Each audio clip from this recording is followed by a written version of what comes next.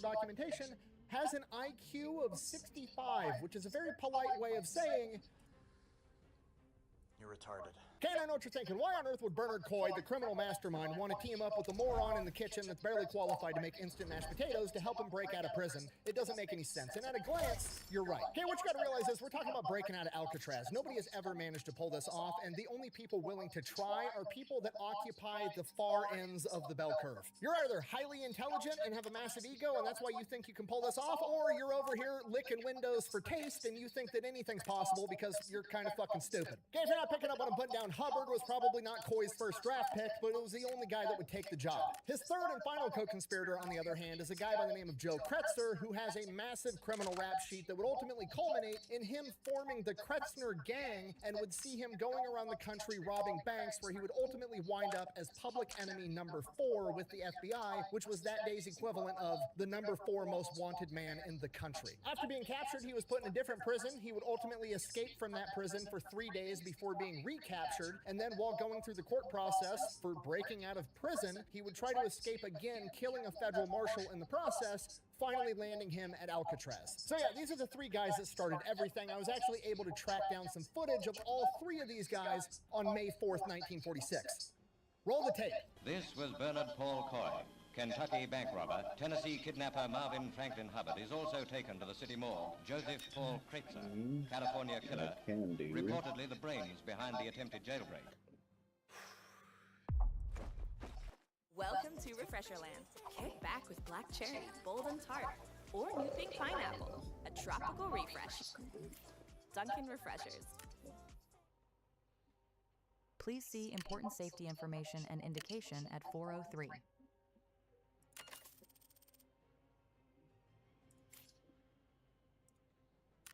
Man, it takes forever.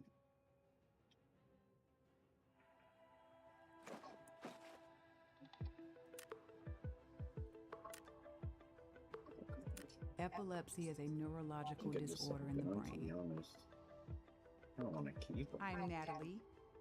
I've been living with epilepsy for 40 years. If you deal with epilepsy and seizures, it is hard. It's like you're out. It's like you're out. Your body, it shakes, it moves, it's this. It has a force. Meditation helps me so much to kind of enhance my energy and my positive thoughts. Great. Being a mother, that's just a #1 priority in my life. I think about how my children had to learn so early about epilepsy. They had to be taught seizure first aid at a very, very young age. And that's one thing about epilepsy. A seizure can happen at any time. There was a time when I had become seizure-free, and I had a nanny, and every Friday I would take her and my son, CJ, the baby boy, to her house. On a particular, Friday, it's so crazy, CJ and I were actually singing in the car, while I was driving. And all of a sudden, I had this strange feeling in my head, and I looked over at my nanny and said, I need to pull over. I don't feel right. I was seizing. She had to take the wheel of the car, and she tried her best to save our lives. I was 18 months seizure-free. It was just a normal day for me. The one thing I never forget was when the detective. All right, May 2nd, 1946, Coy is currently roaming around the cell block working as an orderly, and Hubbard is working inside the kitchen, and Coy is waiting for Hubbard to come out of the kitchen when he's done doing whatever he's doing in there, because Coy and Hubbard both know that whenever they leave the kitchen, he has to get searched to make sure he's not trying to steal anything or bring a knife or something out of the kitchen. While Hubbard is getting searched by the guard, Coy attacks the guard from behind. They both jump the guard and beat him unconscious, taking his keys. Now from here, they get the keys, they go let Joe Kretzner out, and then Hubbard and Kretzner lift Coy up to the gun gallery, which is covered by bars because they need to keep it safe, because that's where all the guns are. But Coy's been planning this for months, and he has been starving himself the entire time. He also has acquired grease and made a homemade bar spreader out of a nut, a bolt, and a couple other pieces of metal. He manages to grease himself up and spread these bars apart just enough to slip his body through into an area that no convict should be able to get into. So because he now has the element of surprise, he's very easily able to ambush a guard, knocking him out. He then takes his 30-06 rifle, his Colt 1911, and his club. He drops the 1911 and the club down to his accomplices and continues through the gun gallery with his rifle. Utilizing the gun gallery, he makes his way over to D Block, which is not the normal part of Alcatraz. D Block is cordoned off with extra security. This is like the maximum security portion where the worst of the worst guys go, and they're all on solitary confinement. He gets the guards in D Block at gunpoint, forces them to open the door between D Block and the rest of the prison and let his accomplices in. They then take all 6 guards and move them into an empty cell in C Block and lock them up. C Block is empty right now because all the inmates that are supposed to be in those cells are outside in the rec yard. They then attempt to release everyone in D Block to help them with this getaway. Remember, these are the guys that are in prison that are getting punished on top of being in prison and placed in solitary confinement. Presumably, they're the worst of the worst, and the vast majority of them are like, no thank you, I'm good, and they stay in the cell. Like I said, bell curve. You have to have a delusional amount of self-confidence or be a fucking idiot to think you can pull this off. But apparently, at least 3 of the convicts in D Block fall into those categories, because 3 people do join.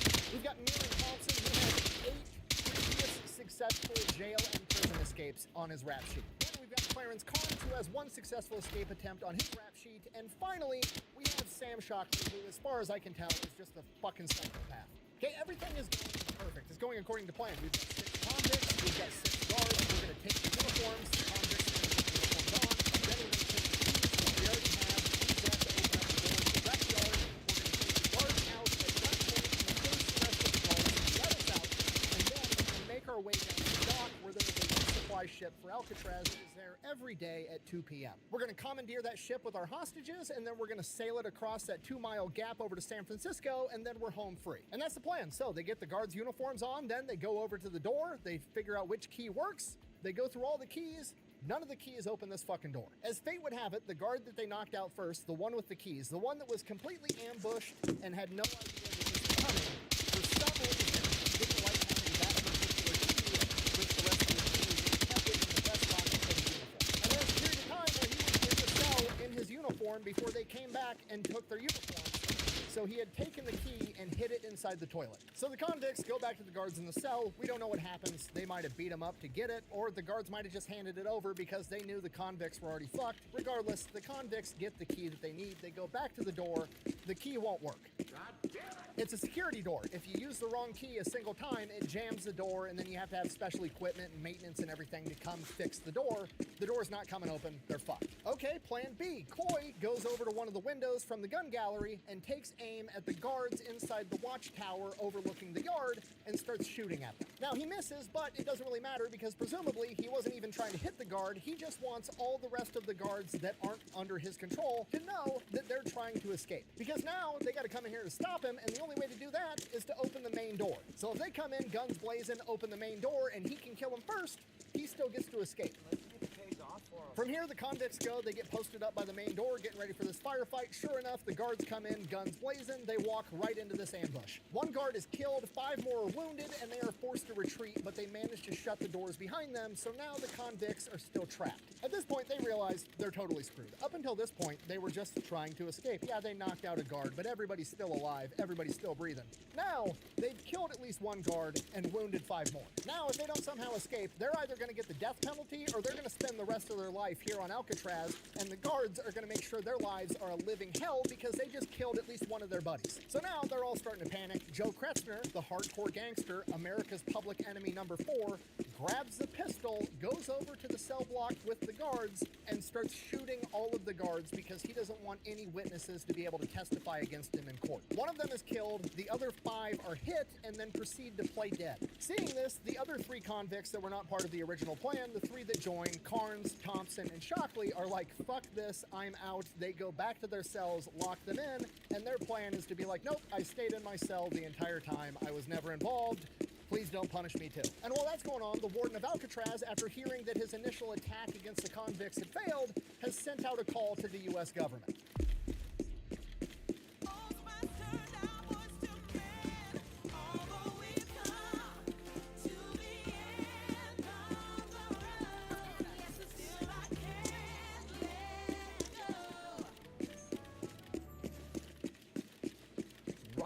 now, America has a shortage of over 20,000 gunsmiths. And that means tens of thousands of gunsmithing jobs and opportunities are sitting wide open. And you could be stepping into one and claim your freedom and enjoy what you're doing. Hi, I'm Gene Kelly, president of the American Gunsmithing Institute. And over the last 30 years, I've trained thousands of people, just like you, to become professional gunsmiths. The truth is, demand has never been higher. Shops are begging for gunsmiths. Right now, gunsmiths are waiting sometimes months just to get their guns worked on. But let me tell you a story. My gunsmithing today, I almost destroyed my dad's 97 Winchester. Man, my gut sank. And I thought I ruined it forever. That mistake and what I learned from it set the fire in me. It led me down the path of mastering a craft that most is out there. And I'm just saying, but here's the truth. Gunsmithing is really complicated.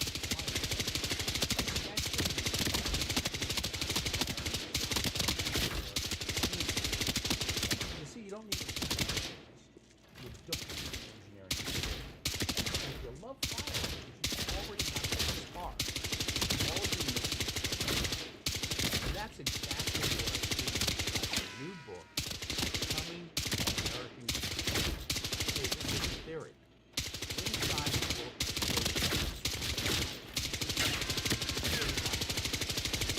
I also discuss 41 and how you can set up your gunsmithing shop. And most importantly, how to go from zero knowledge to being respected as an expert in less than a year. And America needs more gunsmiths. So I'm going to offer you my book for free. All I ask is that you pay for the shipping. Now, this book will show you the path to becoming a certified gunsmith. So paying a few dollars for shipping certainly should be worth it. So the United States government gets a call from the warden, and remember, the U.S. government is on some bullshit right now. They think the Air Force should only have planes, the Navy should only have boats, and all the ground warfare should go to the Army, so they kick this over to the Army instead of the Marine Corps, even though it's an island and they're launching an invasion on an island. But whatever, they kick it over to the Army. Are you sure this water's sanitary? It looks questionable to me. In their defense, though, if you were going to give it to the Army, they did give it to probably the two best guys that you could give this task to, because they gave it to the two generals with probably the most guerrilla warfare experience in all of World War II. That being Vinegar Joe Stilwell and his right-hand guy, General Frank Merrill, as in like Merrill's Marauders, Frank Merrill. Which, if you don't know, we talked about these guys in my last video. Logan Weston, the fighting preacher, was part of Merrill's Marauders. Basically, it was 3,000 volunteers that went into India and then proceeded to march from India into Burma, like 1,250 miles, and conducted guerrilla warfare operations against Imperial Japan for 7 months straight, living in the jungle the entire time with no assets other than getting supplies airdropped to them. Okay, if you're not picking up on a button down, if anybody knows how to handle an irregular situation, it's General Merrill, and he's now in charge. And he's got himself in an irregular situation right out of the gate, because if he sends U.S. soldiers into Alcatraz, he could probably wind up getting arrested and thrown in prison for the rest of his life, because you could argue that this violates U.S. Code 1385, also referred to as the Posse Comitatus Act. Come again. This is what you hear about anytime there's like riots or anything going on in the world and you're wondering why the president or the government isn't sending in the Marines and the National Guard to quell the riots. They always bring up this act because it's illegal. The only way the government can legally send in troops on federal orders to control the civilian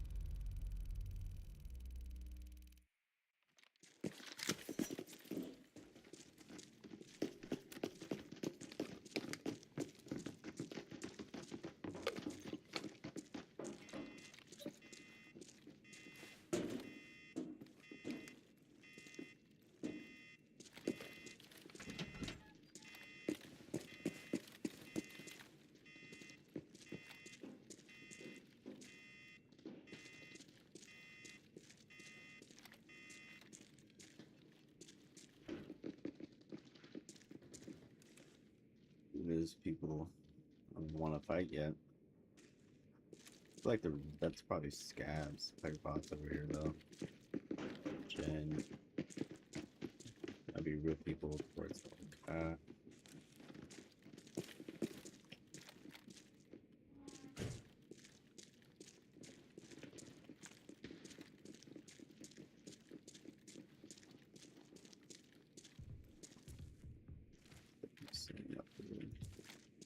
this guy. That's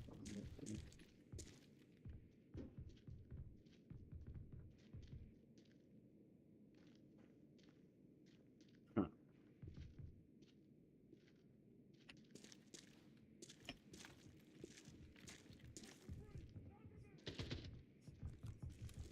Look at my policy.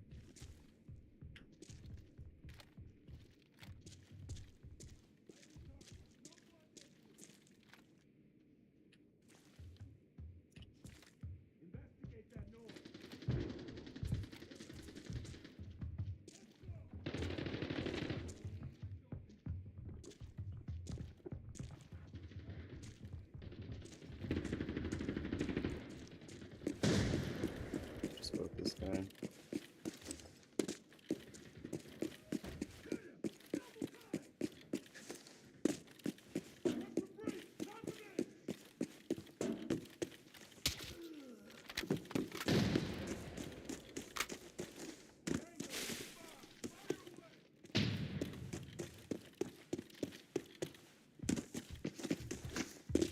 Just 'cause.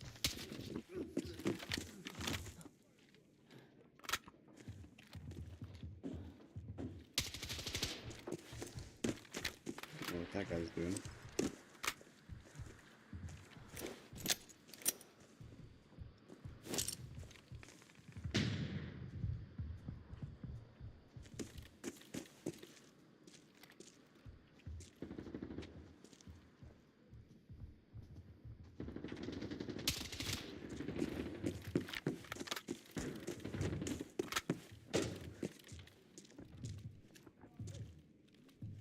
I'm up here right now. Let me just repack real quick. I'm going to come up the stairs. Yeah, I got one down. Still probably one more left.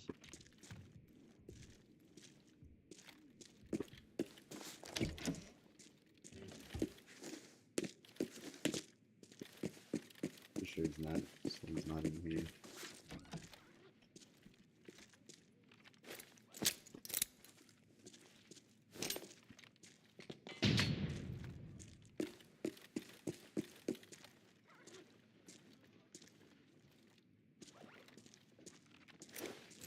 Got my angle back there.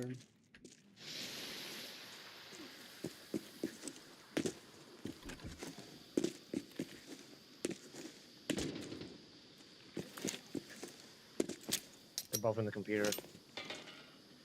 He got his guy up.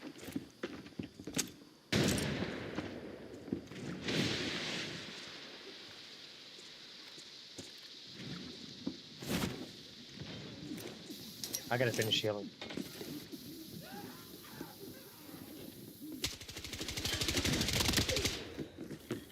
He's dead. Oh shit.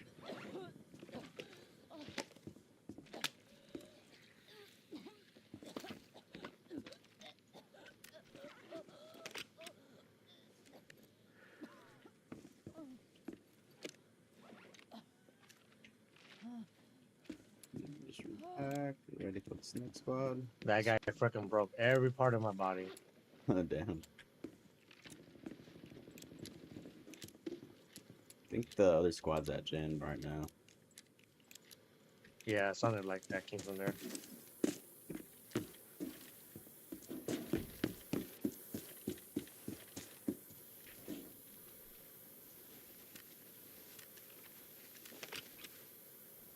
Bro, what is this?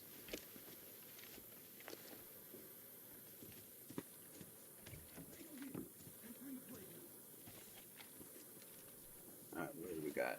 A Mosin and an RPK. Interesting.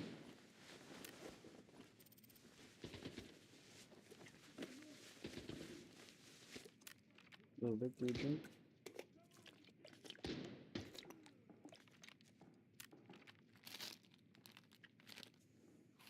I think it's in this arcade though.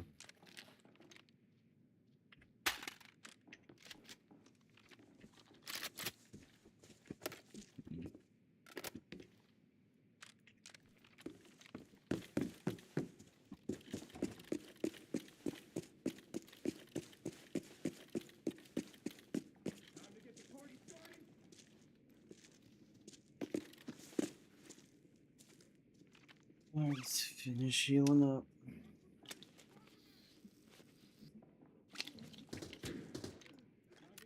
PK up.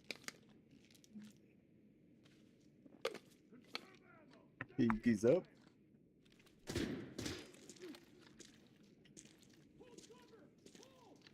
Let's check on something like that.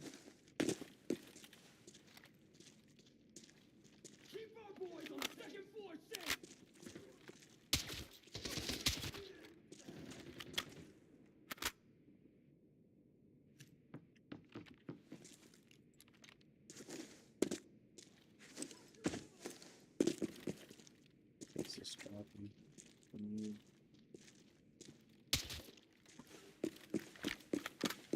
Perfect.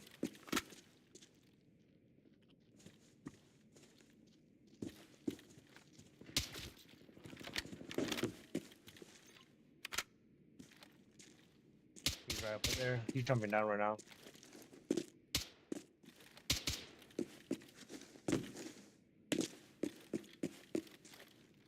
I think I only saw the one, but I'm not sure.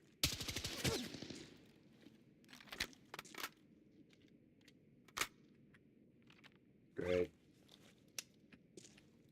Need to get closer. I can't shoot shit with this thing. I think he's running over here. He's rotating. Alright.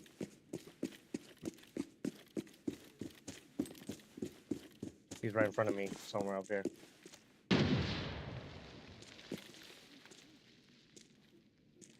Alright, good luck, GG's, man. GG, bro. Sorry. No, you're good.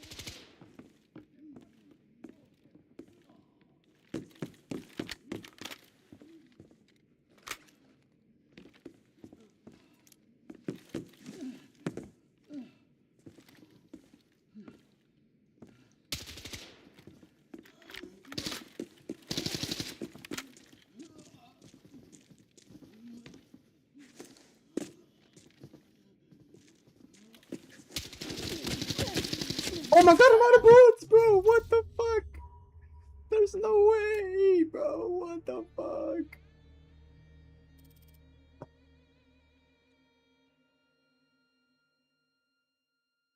Oh my god, I can't believe I just lost like that. I should have reloaded.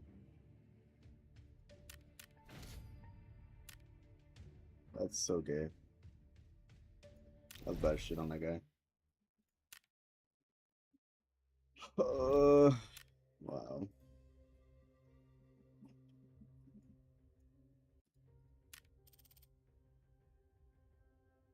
Grab in this place.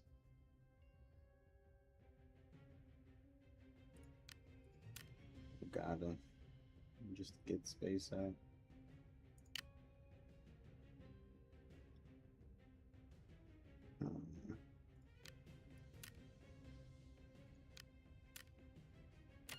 Start using these shields here.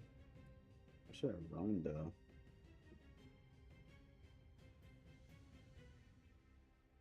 And brother. That's annoying. That victory was mine.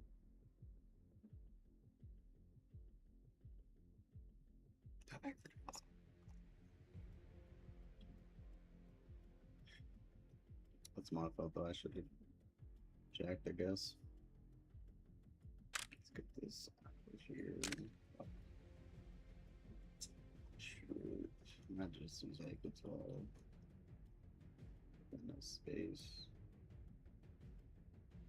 Let's shut up and make it go down here.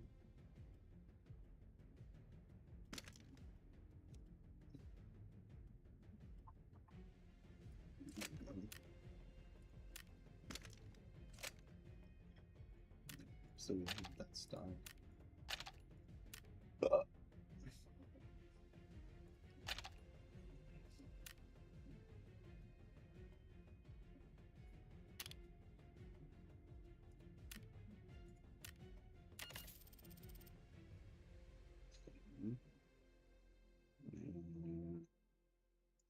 I'm gonna change to this flashlight.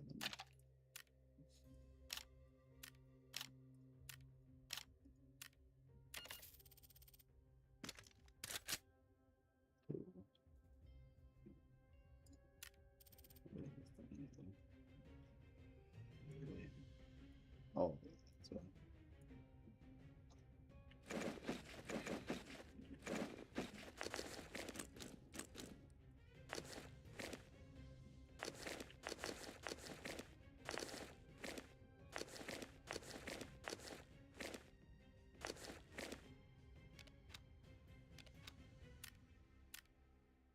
Alright.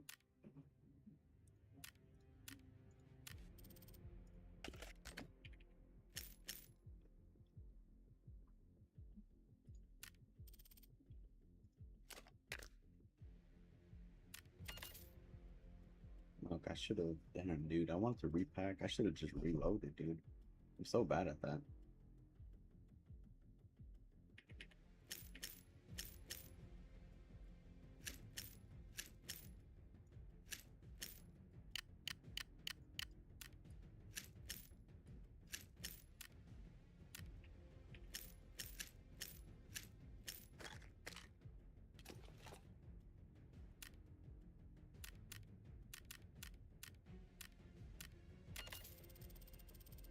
Mhm.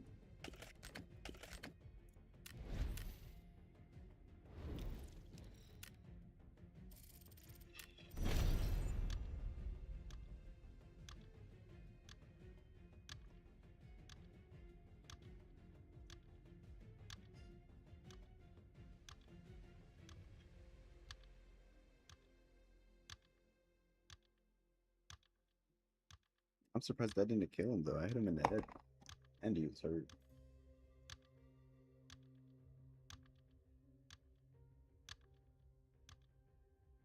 Dude, if I had reloaded, that would have been over for him for sure. Totally, dude.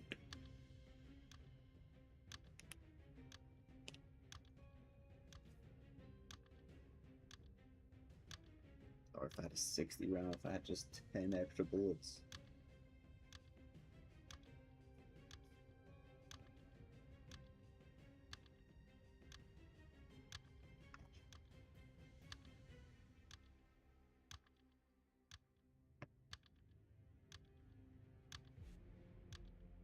I think I should have just stayed right there, maybe, and then threw a couple extra bullets in.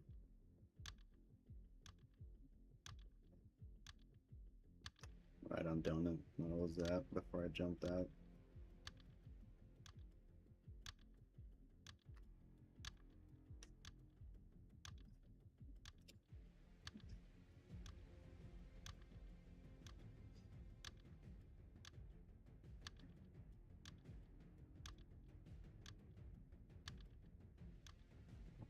Take a look.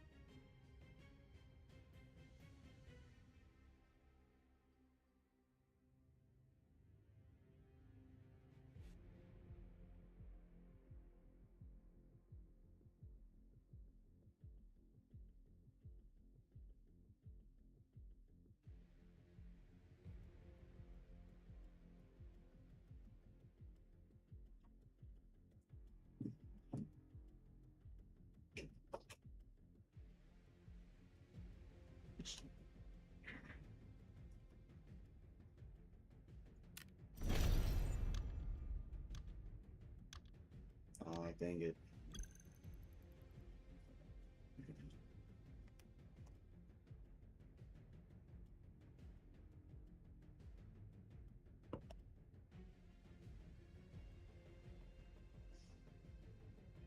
If I had it could kill that man would be done.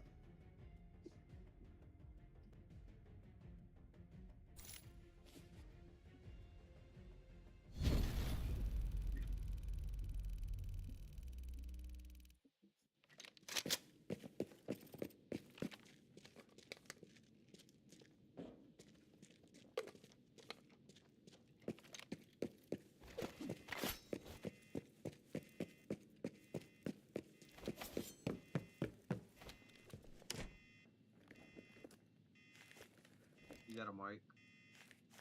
Yeah, what up? Dude, how do you like the sword? It's kind of takes a while to pull out, but it's kind of cool looking, I guess. Is that the one with the horse and the ruby on the top? Not the katana. I'm one diamond away from buying the horse one. I was just trying to get opinions on the swords, honestly. I like the inspection. That's probably why I keep it.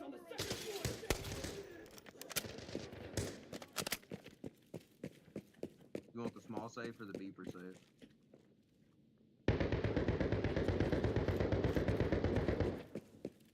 I just fucking slayed a player. It doesn't matter.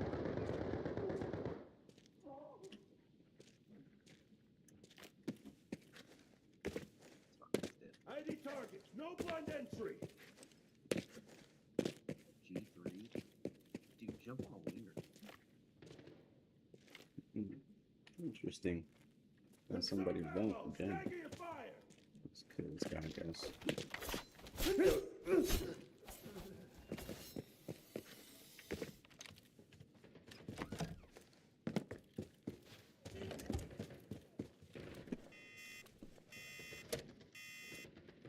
Make it out with the red before I die.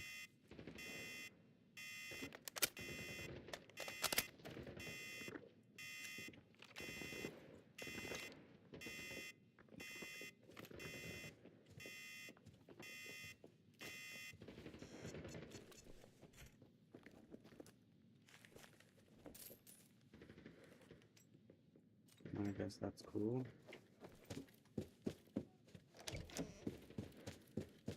Take an extra grenade real quick.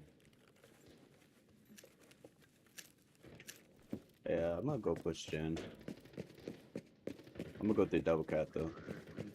Yeah, I'm gonna push directors. I'm trying to fight. Same.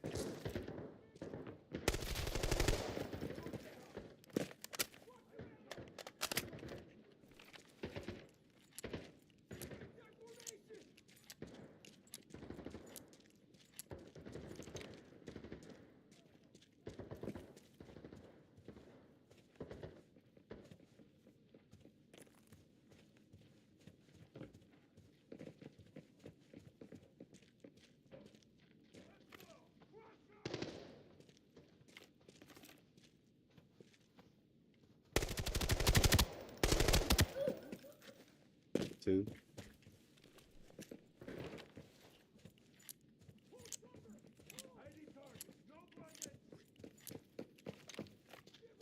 Directors is unhid. Hell yes. Need that spot.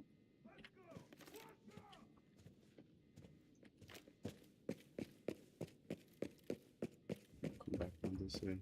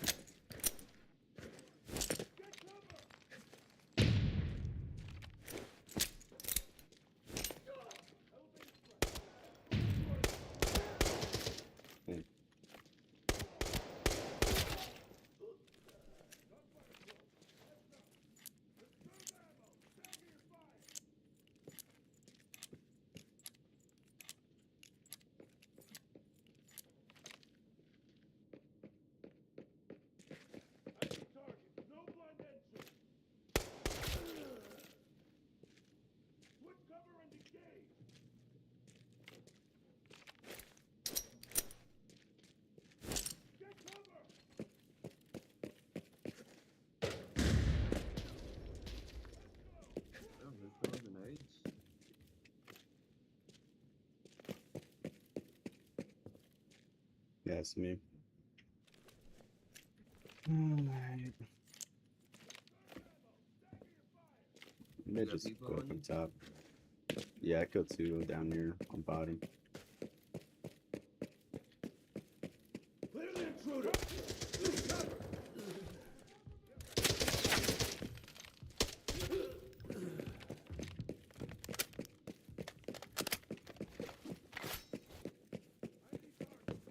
All I have up here was a scav.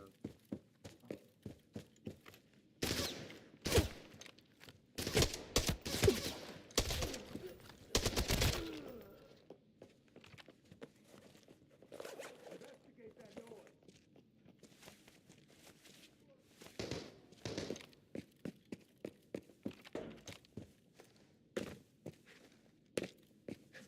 It's actually good.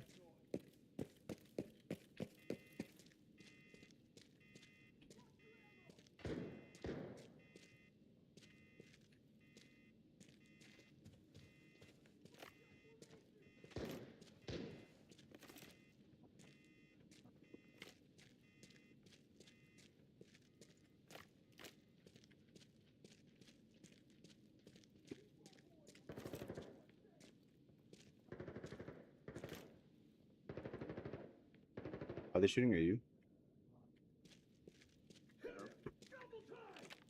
Out there shooting at you. Nah.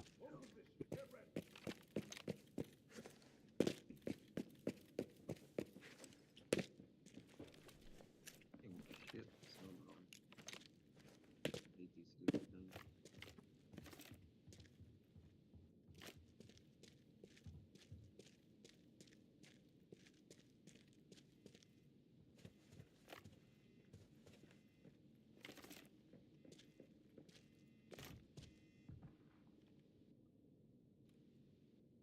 Watch your ammo!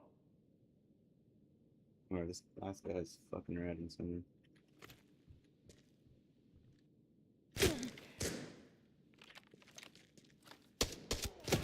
No way, that doesn't kill him, bro.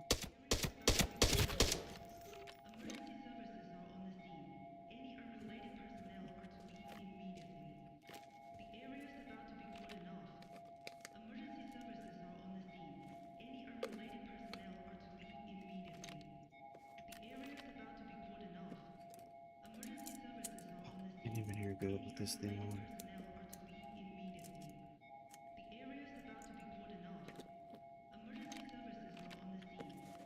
And I'm hearing him though.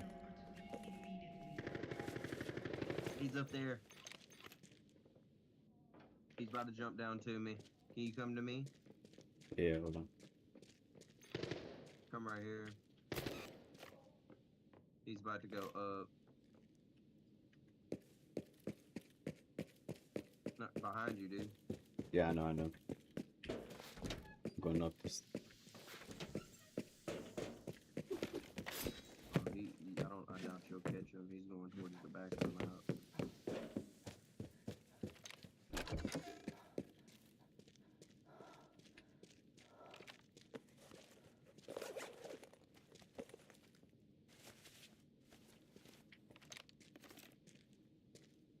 He went up towards directors, the other way, up on couches. Yeah.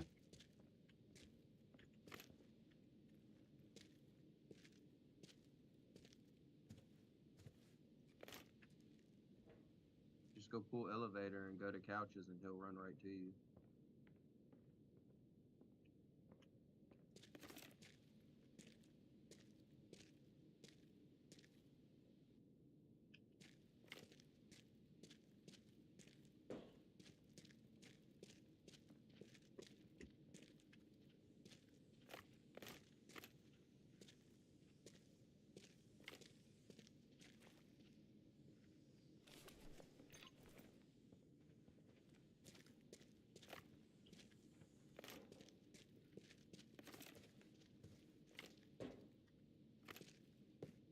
He's down there looting my body. You can hear him.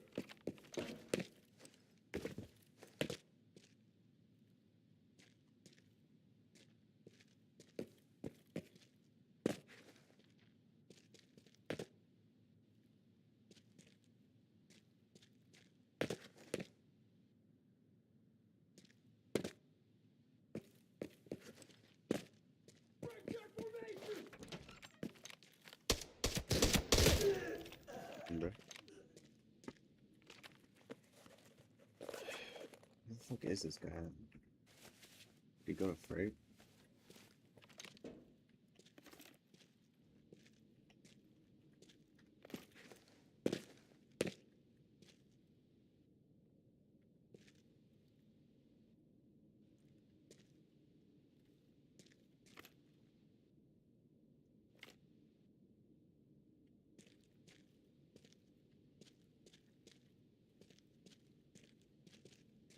This guy's just fucking being a pussy.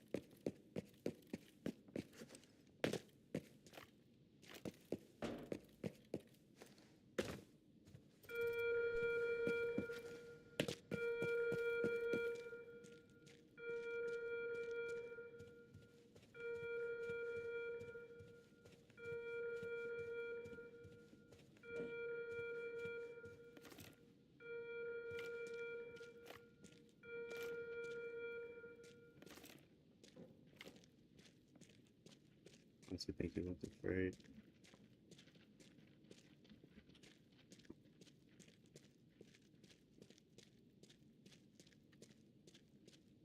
Oh, what kind of fucking free look? Holy shit.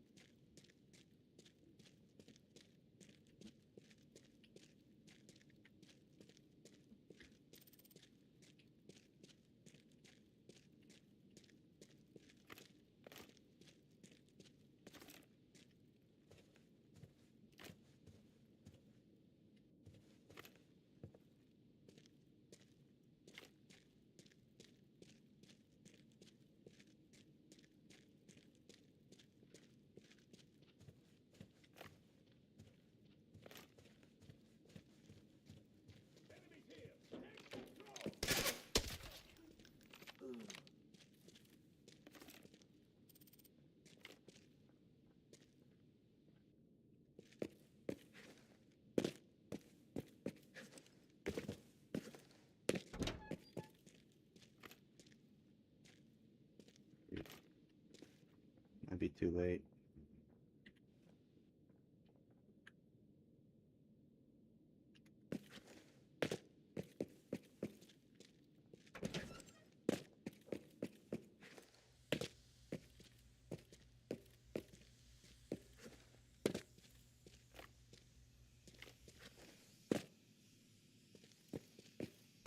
I don't even know if he's in here still.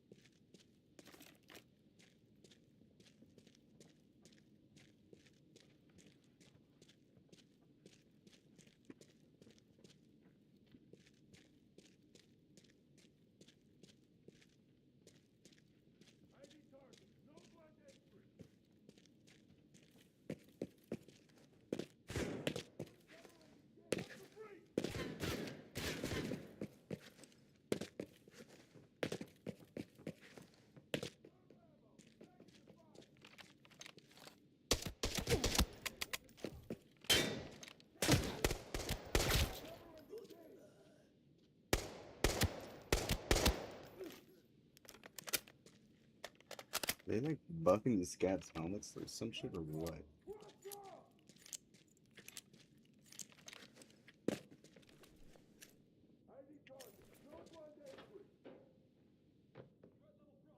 Oh, shit, this actually might be in.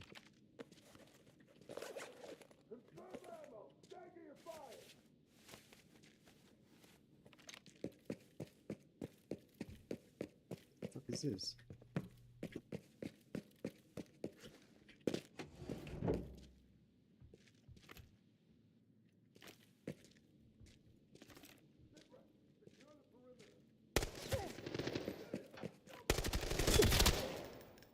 Fucking bitch.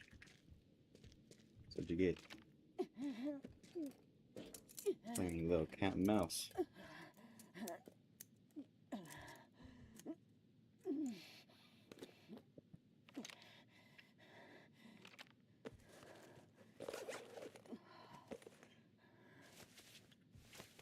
Holy. Took a minute to find him.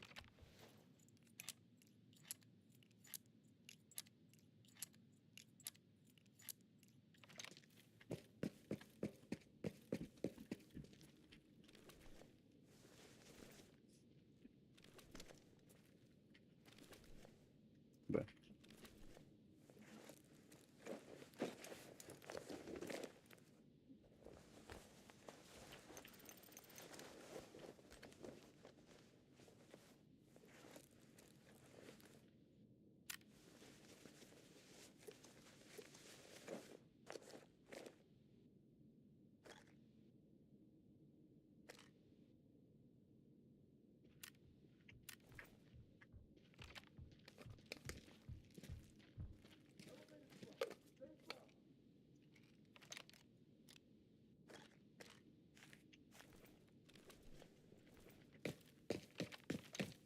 I was just trying to count these bodies.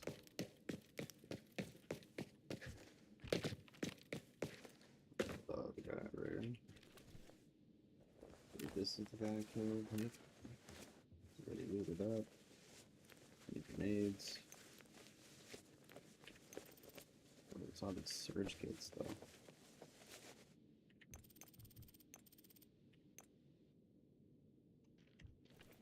Alright.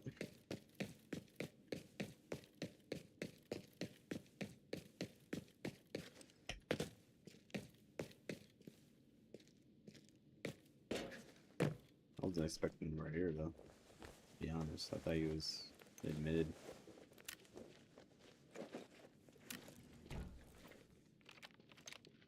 Keep on, boys!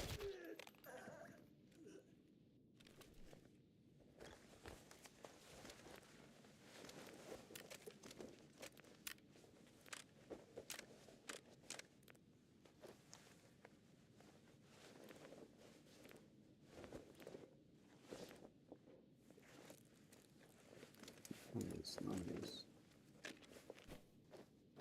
Perfect. I'll take that out.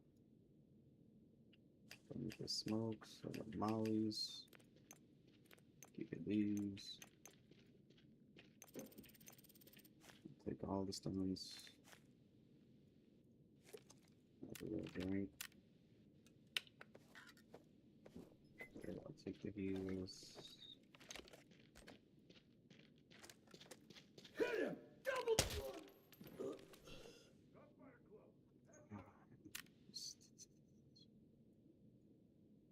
Let me throw some of this in here.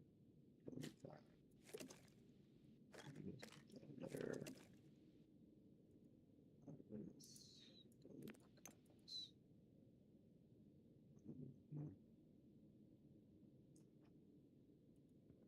This is fucked up already.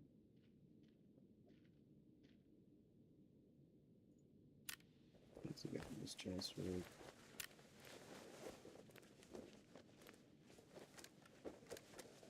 Oh, that's an expensive ass one. Honestly, let's just drop those too.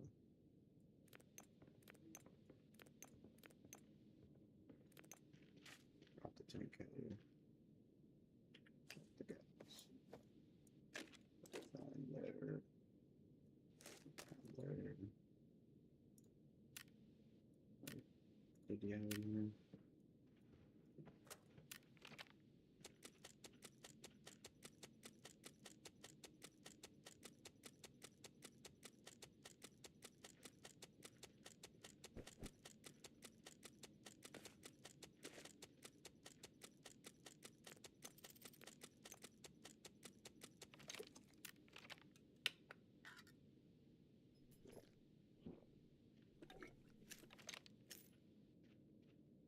Hmm.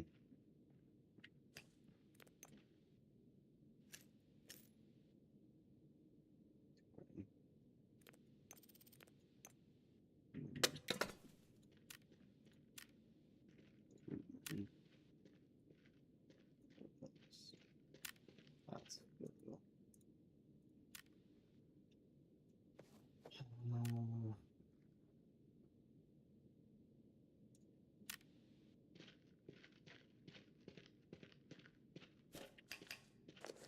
Actually, replace this. This has more.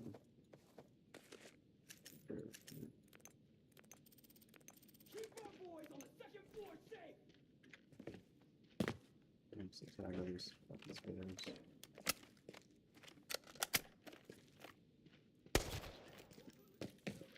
Hit him! Double time!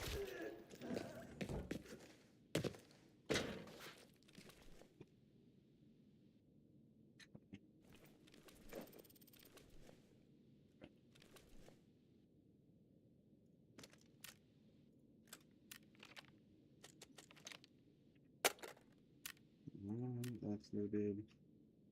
I think I got everything I need.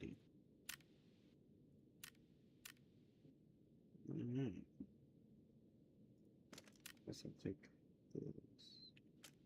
It's insane that that's 80k. Guess I'll just drop one of those and take that.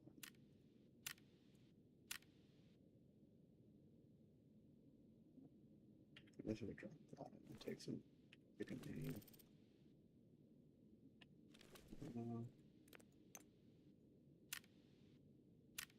Cool. Cool. That's everything.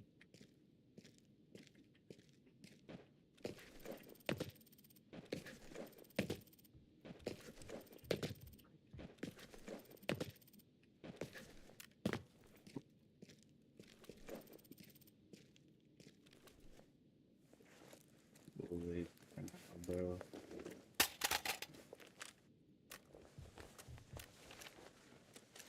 Oh, Dookie. What is this guy doing?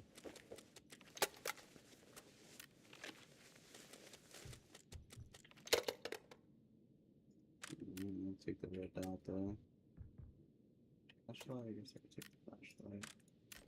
I think anything good's gonna be in here, but I'll just check. Alright, cool. I think we are here. Sit right. Secure the perimeter.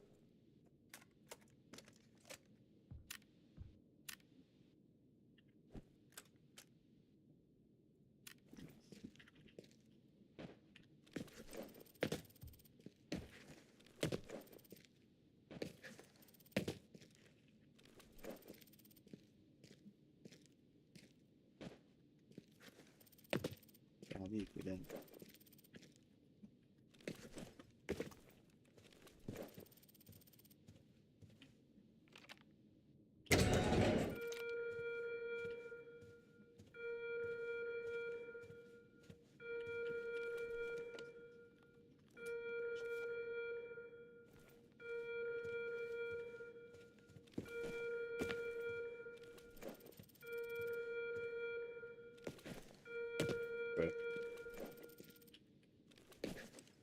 Well.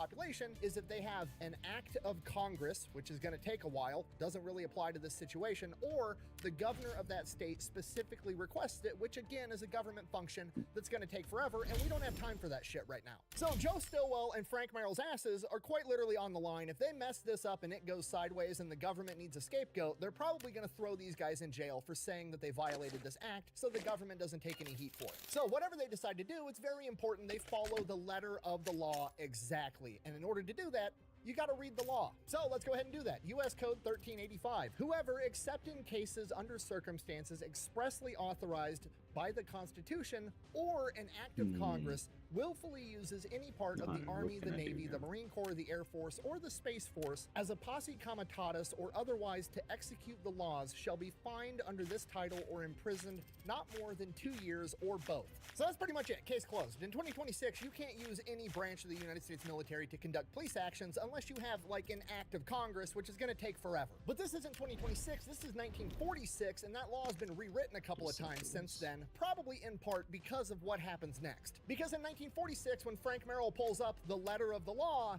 here's what that act actually says. Quote, from and after the passage of this act, it shall not be lawful to employ any part of the Army of the United States as a posse comitatus or otherwise for the purpose of executing the laws, except in such cases and under such circumstances as such employment of said force may be expressly authorized by the Constitution or by an act of Congress. Okay, translation, he can't send in the U.S. Army. It don't say shit about the Marine Corps, okay? We're gonna follow the law to the letter. Ladies and gentlemen, we have a loophole. General Frank Merrill, the guerrilla warfare expert, is literally going to use the Air Bud legal defense to send in the United States Marine Corps to take out a bunch of convicts, and the fact that the Marines are nicknamed devil dogs makes that even funnier. Ain't no rules in the dog can't play basketball. This is a joke. Now, is that in accordance with the spirit of the law? Absolutely not. But is it to the letter of the law? Yes. Yes, it is. If you're the first one to do it, it can't be illegal yet. It's never a war crime the first time. Them's the rules. So General Merrill presumably calls up the Marine Corps and is like, hey, I need a bunch of Marines to break into a prison on Alcatraz and take out some armed convicts. And the Marine Corps is like, I've got the perfect guys. There are trucks, and then there's the 2026 GMC Sierra. It's the truck. Get 0% APR on this Sierra Denali. With employee pricing for everyone, that's over $13,000 total value. Let's have to sell this.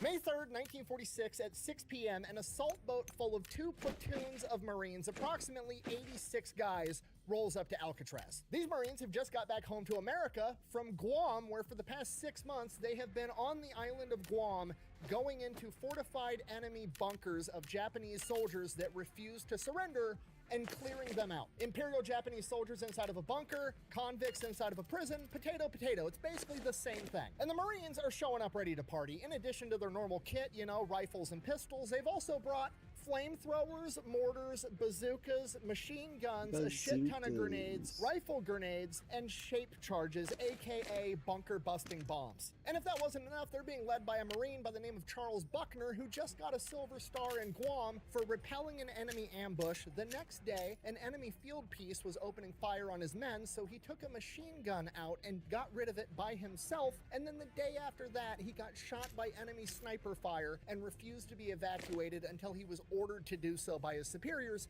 Doesn't sound like the guy you want to be fucking with. So the Marines make their amphibious landing on Alcatraz. Here's Johnny.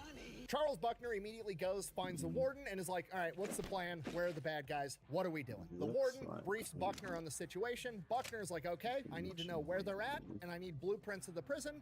In the meantime, what do you need my guys doing? What else do you need help with? And the warden is like, well, we've got 140 convicts that are stuck outside in the yard because they were out there when the prison got taken over, and we're just kind of watching over them. They've been out there all day yesterday and all this morning. We could use some guys out there helping watch these guys. Buckner is like, all right, go ahead and take care of it, boys. The Marines run out to the yard, you know, they get up on the perches around this wreck yard, and the Marines are standing there with their guns just looking down at all these convicts. And the convicts, you know, they're thugs, they're hardened criminals. They think they're tough because they robbed a bank with a Tommy gun, and they're looking up at these Marines who are all presumably 18, 19, 20, 21-year-old kids, and they start talking shit. Now, this is based off the recollection of the guards and the Marines that were later interviewed, but supposedly one of the convicts yelled up, "Oh, look, we've got some soldier boys here. I'm so scared. Fuck you guys." Hi. So today's lesson, we're going to talk about a different phenomena on this graph here that I think that you need to be aware of. At which point, all of the Marines, in unison, without a word being spoken, flicked the safeties off of their rifles and pointed them down at the convicts, and the corporal in charge replied, "Give me an excuse to blow one of your guys' fucking heads off." The convicts got real quiet and cooperative after that. Oh, fuck. Oh, that's way worse. And while all this is going on, Buckner's getting brought up to speed, and the situation is more complicated than he originally thought. This is not simply a smash through the bunker, kill the bad guys type scenario that he's used to. This is a hostage rescue situation because there's guards in there that presumably might still be alive. So we can't just start blowing stuff up. So we got to come up with a plan to get in there, rescue the guards. So that night they kill the power to the prison, so it is pitch black in there. Then with flashlights, guards and Marines storm the East Gun Gallery, and they take it. Now, the East Gun Gallery only covers the main cell blocks A, B, and C. It does not cover D block. They don't see any armed convicts or a riot going on, so they come to the conclusion that all the perpetrators must be held up in D block. And now, with the East Gun Gallery under their control, they have the high ground, they have machine guns, they're going to be able to provide covering fire and superior firing positions if a firefight does break out, so they feel pretty confident sending some guards in there on a rescue mission to search the main cell block looking for the hostages. The guards go in under the cover of the Marines, they manage to find the 5 wounded guards, and they get them evacuated. So that's great, and by the next morning, things have just gotten way simpler for Buckner and the Marines because now there's no hostages in the situation, and they have a rough idea of where the perpetrators are holed up, inside of D block. Now at this point, some of the higher ranking guards are pretty pissed off that the Marines are there at all. It kind of makes them look bad, like, oh, you can't handle the situation, you can't do your job. So they're all in their feelings about it, and they're requesting the warden lets the guards go in there with guns and take out the convicts. The warden, on the other hand, doesn't really care about the guards' feelings. He doesn't want anybody else to get hurt, so he goes to Buckner and is like, okay, maybe if we let them know that the Marines are here or that we have superior firepower, that's going to scare them and we can convince them to surrender. So from here, the Marines go, they capture the West Gun Gallery, they kind of open fire in the cell block, just letting them know, like, hey, we have machine guns, we have Marines, we have superior firepower, you're not getting out of this. And then they come around with a megaphone and are like, you know, hey, you should surrender now. Give up your guns. This shit is over. And Coy responds back, come get us, motherfucker. What a stupid son of a bitch. At this point, the warden just kind of looks over at Buckner and is like, do your thing. Huh? Buckner pulls everybody out of the West Gun Gallery. The East Gun Gallery is going to be protected by that wall because it's not in part of D block, and D block is completely cordoned off because it's the isolation unit. From here, remember, Buckner's been studying the blueprints this entire time. He knows where everything is inside of this prison. He has his Marines go up on the roof.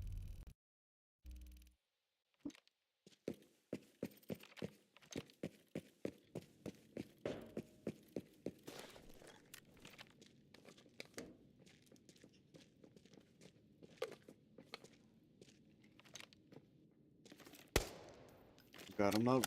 Fucking loaded.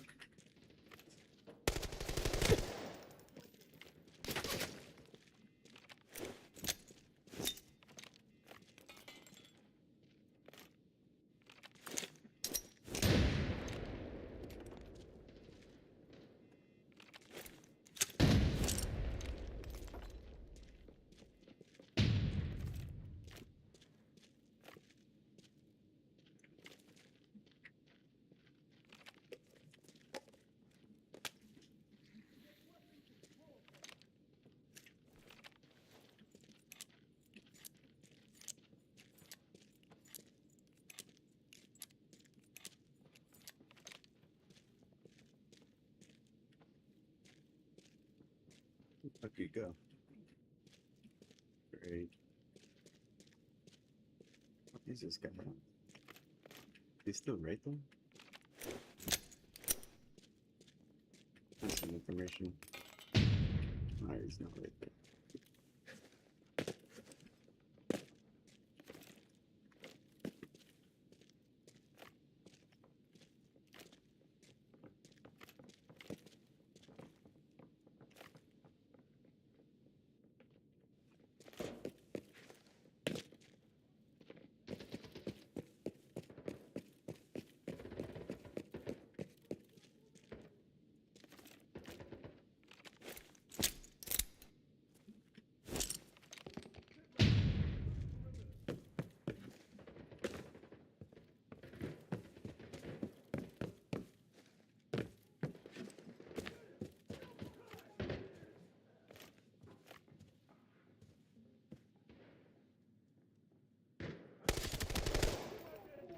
No way I didn't kill him.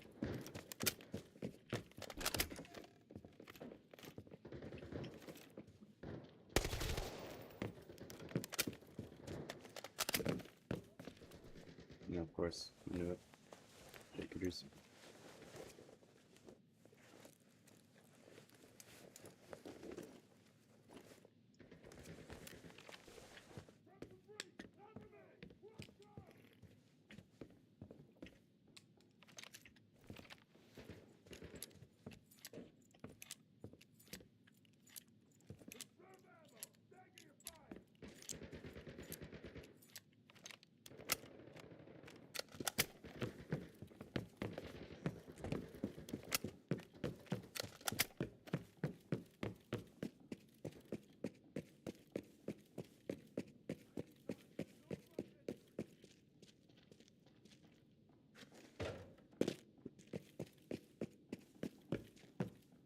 I saw something.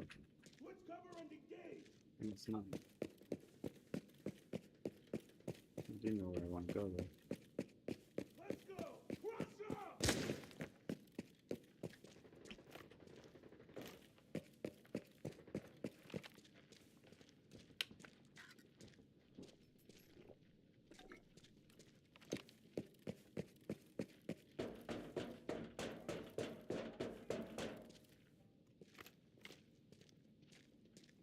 Probably just save runs.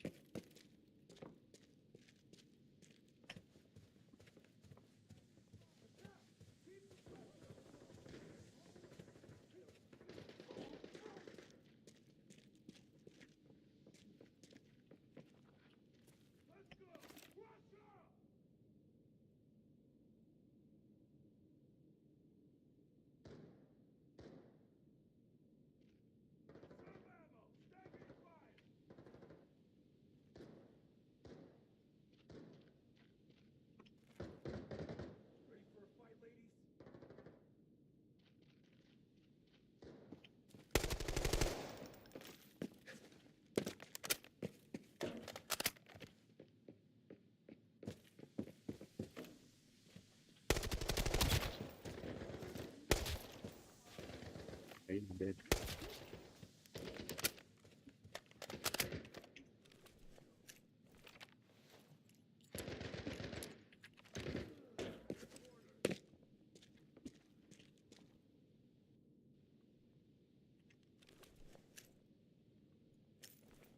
I feel like I'm just wasting BS at this point.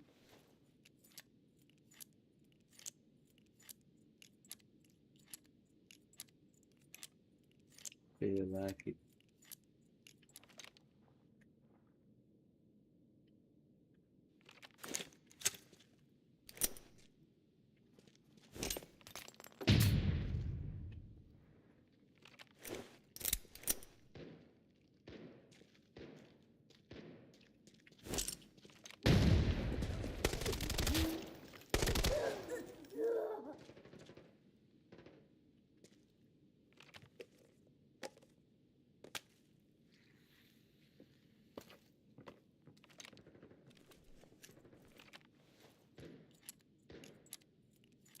I just wasted all my BS on the last guy.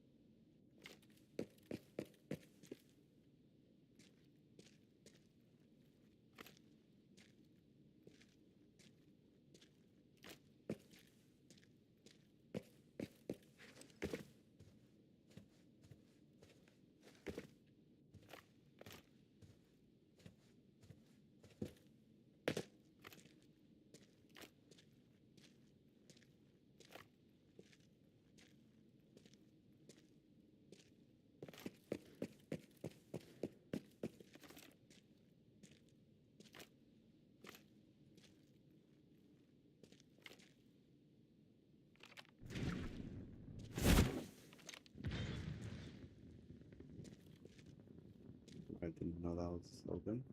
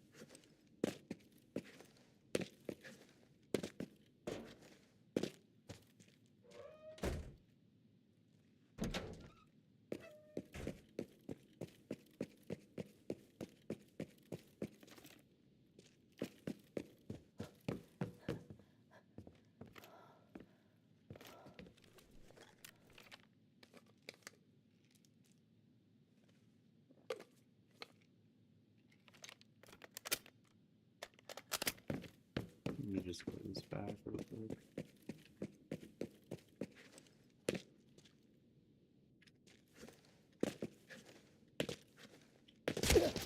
Oh, fuck.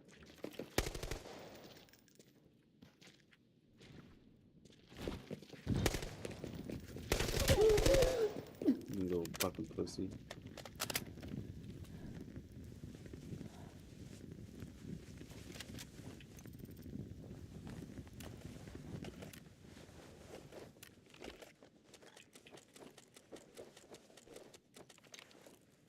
That is why I win.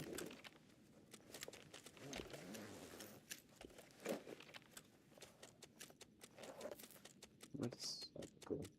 Yes.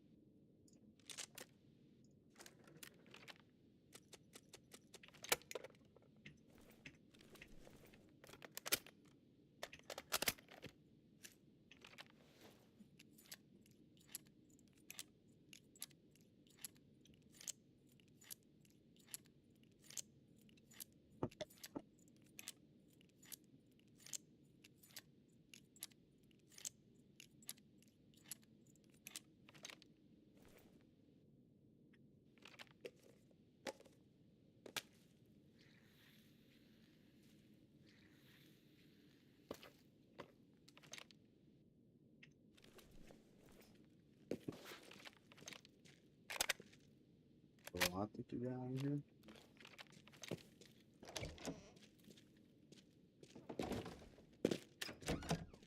Here's shirts and answer. This person's got a good talent to me.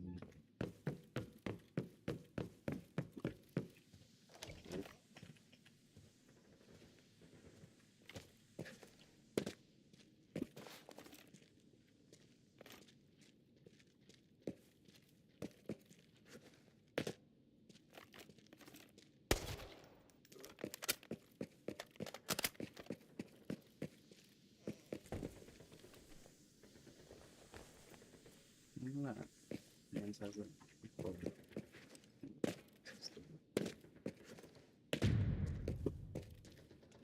Okay. Well, that was real. Now I'm not allowed to be this.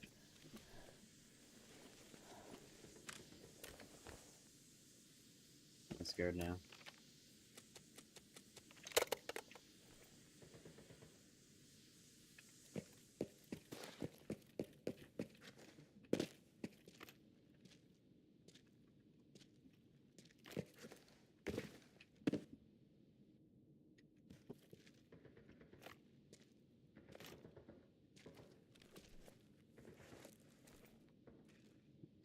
These bodies.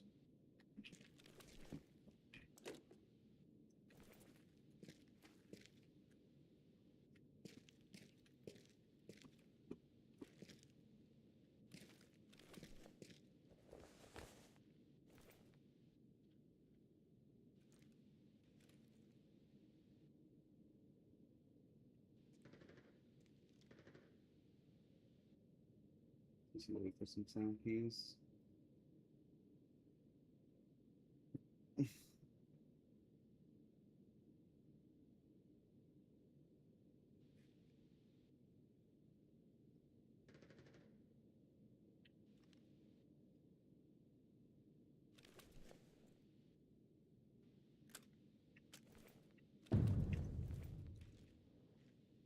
It's on Monday, maybe?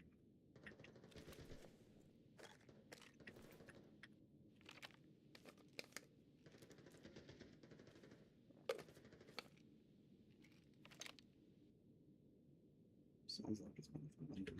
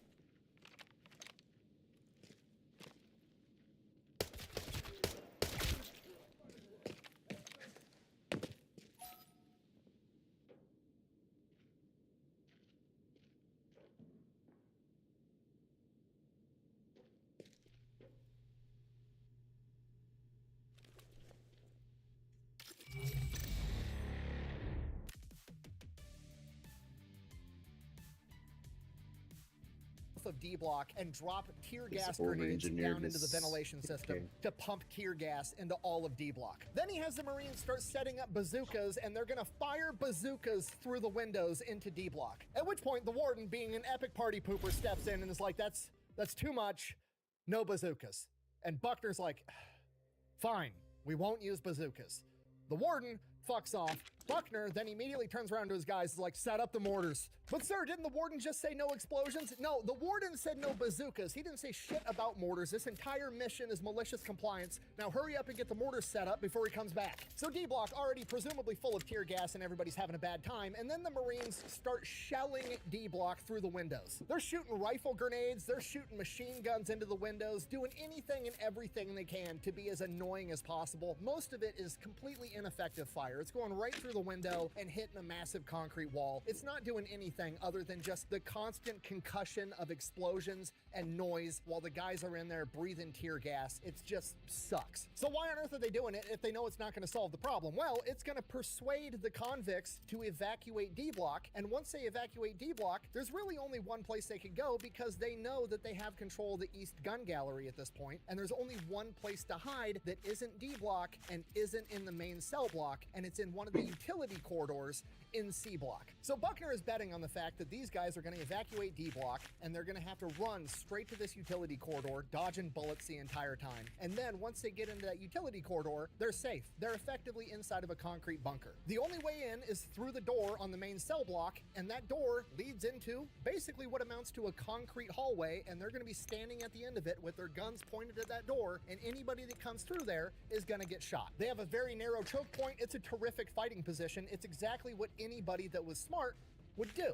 The convicts are going to turn this into their own little miniature battle of Thermopylae. From there, we will funnel them into the mountain pass we call the floodgates. The plan works like a charm. Eventually, the convicts decide they got to get the fuck out of D block. They immediately run to the nearest cell block C, and go straight into the utility corridor, the only place that's safe. Presumably, the guys in the East Gun Gallery see them run into that utility corridor and notify Buckner. So the plan worked, which raises the question, why on earth is this the plan? Why would you intentionally force your enemy into the most fortified, defendable position possible before you go and try to take them out? Because now, presumably, the only way to go in there and kill these guys is to walk right into the narrow choke point that they're pointing guns at, and some of your guys are going to wind up getting killed. Which is why Buckner has an alternative plan. You got to remember, this guy just got back from Guam, and his entire job was killing Japanese soldiers inside of bunkers, okay? If you're not picking up what I'm putting down, this guy has had time to develop and refines some very creative ways to kill the enemy. Once Buckner gets word that his plan worked and they're in the utility corridor, he orders his guys to quit the mortar fire but keep some suppressing fire from the machine guns going into D block just so they don't double back. He then grabs a bunch of Marines, tells them to grab all the grenades and rifle grenades that we have, and heads up to the roof. Wait. What I said was, give me all the bacon and eggs you have. When I wake up in last place, I need the power of Old Spice. First place smells good. Come on. Yep. If you got hit, even if you were not driving, you need to try this. Because if you were in a car accident in the last year, you could be owed a large cash payment and not even know it. Even if you weren't driving, all you have to do is click the link in this video, answer 5 simple questions about your accident, and see if you have a case that could be worth money, like this, or even like this. If the accident wasn't your fault and it happened in the last 12 months, you could be owed a lot more than you think. And this doesn't just apply to drivers.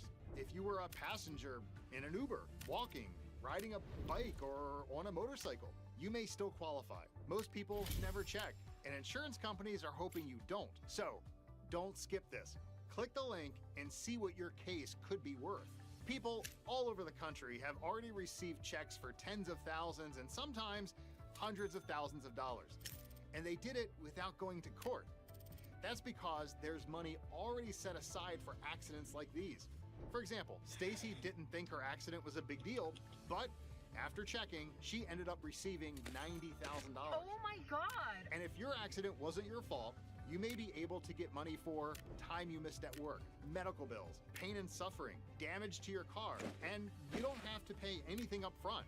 You don't have to fight insurance companies, and you don't have to deal with lawyers trying to take advantage of you. Checking is easy. Just click the link and answer 5 quick questions. It takes about 30 seconds. Most people think, whatever the insurance company offers me is all I can get. That's not true. That's what Jessica thought too. The insurance company told her her injuries weren't worth much, even though her medical bills kept going up. Then she found auto relief assistance, and she ended up getting 5 times more than what the insurance company first offered. Her final settlement was $72,000. We got a settlement for $72,000. Oh my gosh, are you serious? If you're even a little curious what your accident could be worth, click the link and check. Here's what happens next. Within minutes, an accident analyst in your local area will call you directly to review your accident. They'll determine right then and there if you have a case. And if you do, they handle everything for you. No chasing paperwork, no arguing with insurance companies, no out-of-pocket costs. You just sit back and wait to get paid. Some cases can even settle in just a few short months. Look what came in today, $72,000. You heard that right? That's literally life-changing money for me. Just to be clear, I did not do anything special to get this check. I just followed a couple simple steps. All I know, I was injured in an accident that was not my fault, and I had insurance when it happened. So if that sounds like your situation, let me show you exactly what. Now, as you can see from the map, the C block utility corridor pretty much runs the length of C block, which is basically the length of the prison. So once they get up on the roof, they measure out where this utility corridor is approximately at, and then they proceed to beat, drill, and chisel 5 holes running the length of this C block utility corridor. They then proceed to grab rifle grenades, put them on their rifles, shove their rifles into the hole, and fire the grenades. And then they keep doing that, firing at all different angles, making sure they cover every square inch of this utility corridor. And they do this until they run out of rifle grenades. Now, are the convicts dead at this point? Almost certainly. Are the Marines gonna stop? Absolutely not. Now, why would they do that? Well, if I had to bet, I would say the official excuse is gonna be, we wanted to make sure we were thorough. We wanted to make sure we got the job done. In reality, I've been around grunts long enough to know exactly what went through their head, and that thought was, I'm not about to carry 500 frag grenades back down from the roof. We're using these bitches, so I don't have to carry them back and turn them back in at base. From here, the Marines proceed to lower frag grenades down the holes on wires with strings connected to the pins, and once they lower it down far enough, they yank the string, pull the pin, so it's an air burst, and you get a full 360 explosion instead of it just detonating on the ground. Which is hilarious because, like I already said, the convicts are probably already dead, but if they're not, they're just looking up at these holes with grenades getting lowered right on top of them like... So that goes on for a little while, then they just start pitching grenades down these holes until they run out. And then they throw the shape charges and pretty much every other piece of explosive ordnance they have down the holes as well because, well, you know, I don't want to carry that shit back with me. And earlier when I said 500 grenades, I was not exaggerating. They literally put 500 grenades into that utility corridor. Is that overkill? Absolutely. But you know what? Overkill is underrated. They went up there, they killed the bad guys, they made the world a better place, and now their backpack is a little bit lighter for the journey home. Everybody wins. From here, Buckner goes back, has another little meeting with the warden. Warden basically comes out and asks him, are they dead? And Buckner, I'm paraphrasing here, responds with, if there's any convicts left, they're definitely corpses. I'm pretty tired. Think I'll go home now. And then Buckner grabs all his stuff, grabs his Marines, they board the assault boat, and they leave. Then the guards grab their guns, they go into the main cell block, and the entire prison is flooded. There is water and sewage everywhere. Gotta remember, the Marines just blew up the utility corridor. That's where all the water pipes and all the sewage pipes and all the electrical and all the important infrastructure stuff for the prison is located. So presumably, that's all junk now. There's both literal and metaphorical shit everywhere. They make their way to the utility corridor. They don't really know what happened, so they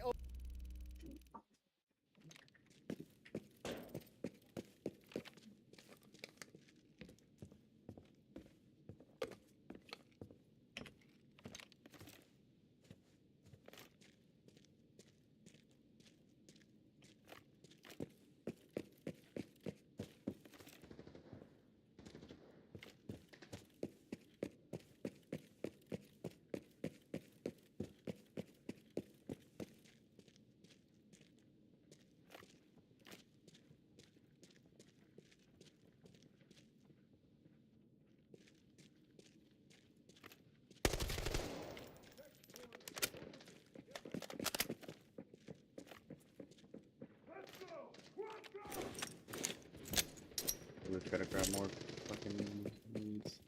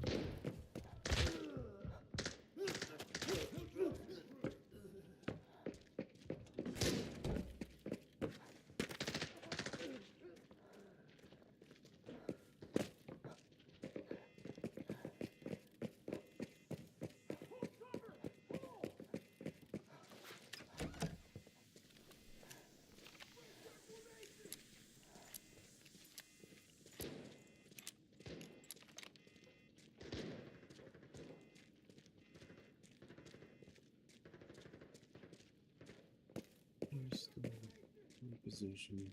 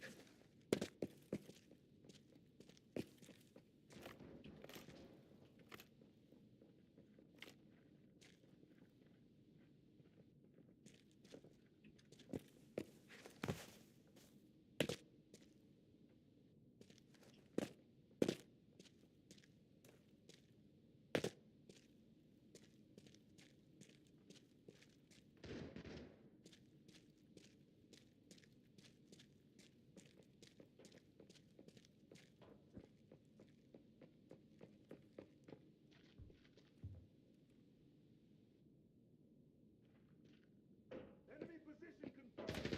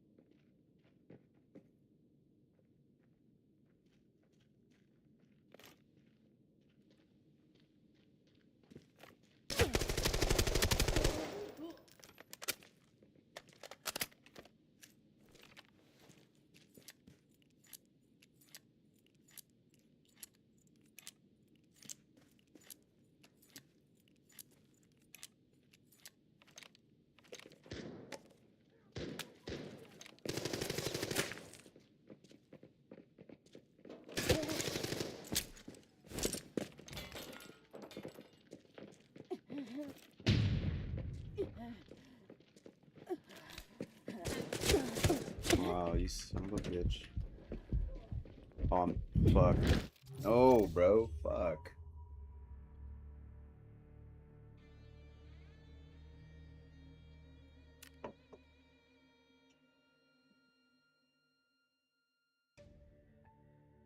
Fuck a duck.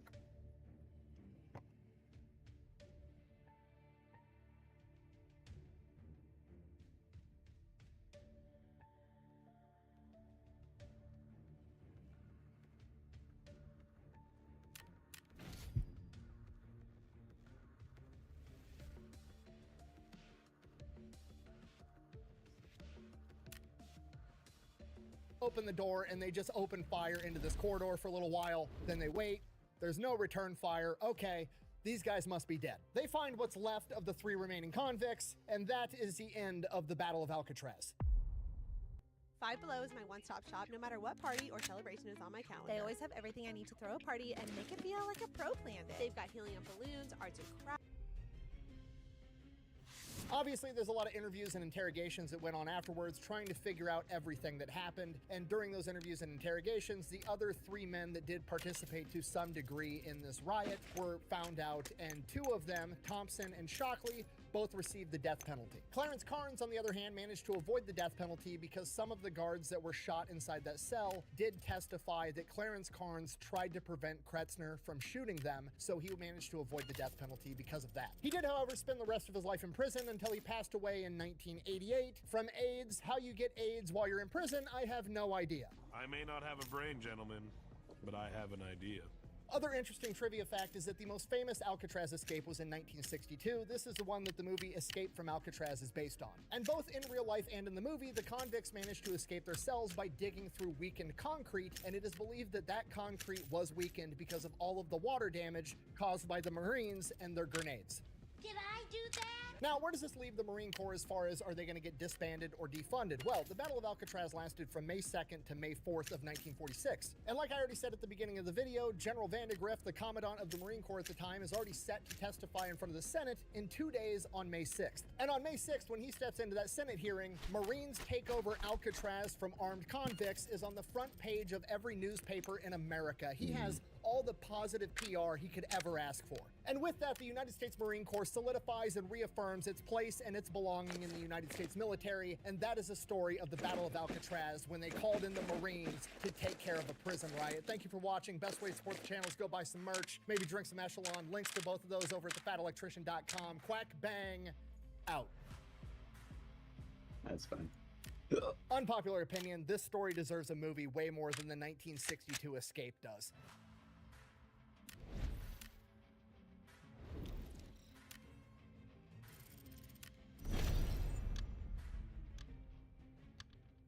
Don't forget to go check out Supremacy World War III, unlock your railgun, and go conquer the British. It's what George Washington would have wanted.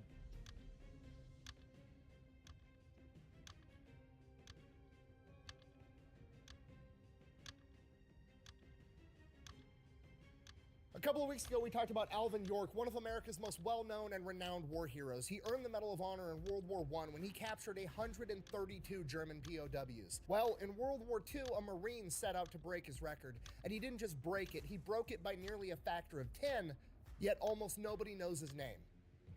That's about to change.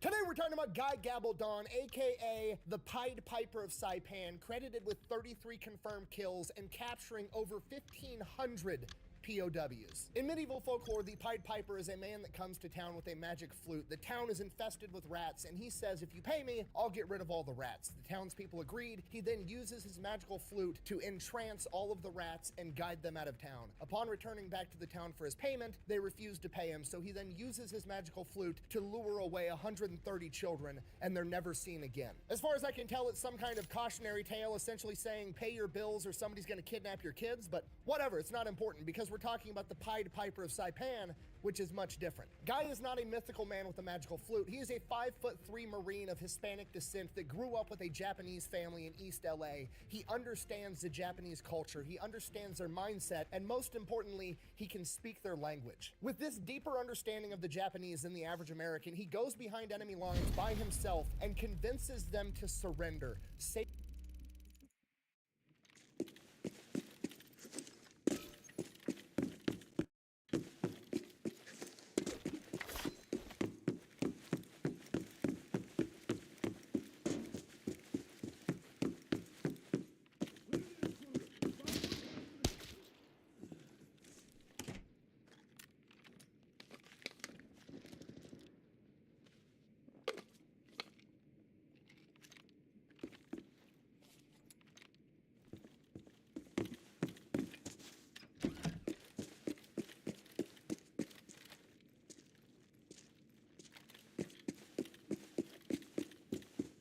Low, kind of fucking free look.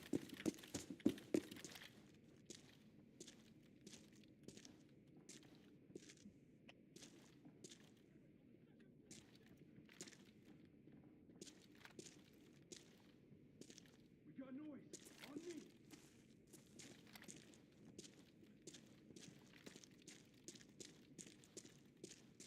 Sit right. You're on the perimeter.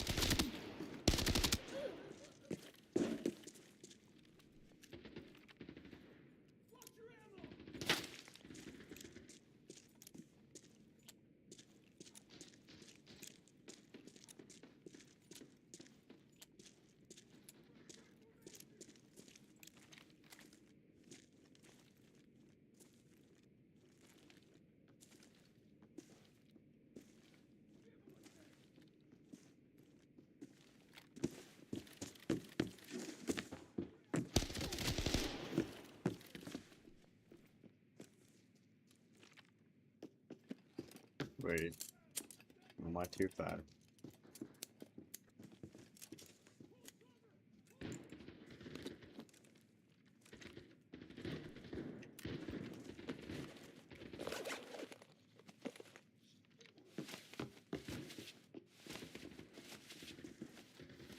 Now my shit's all weakened down.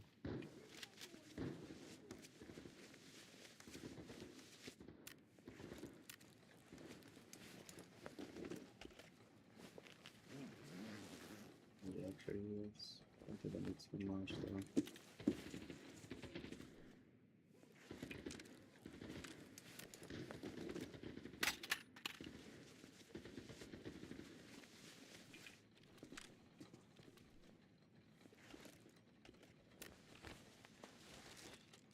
Bro. Bread.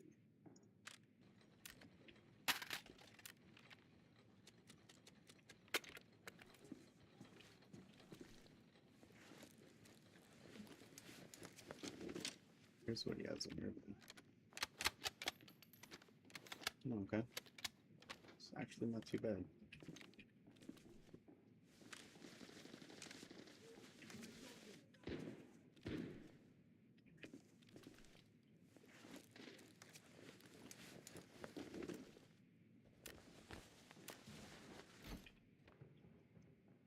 Studio man, boy.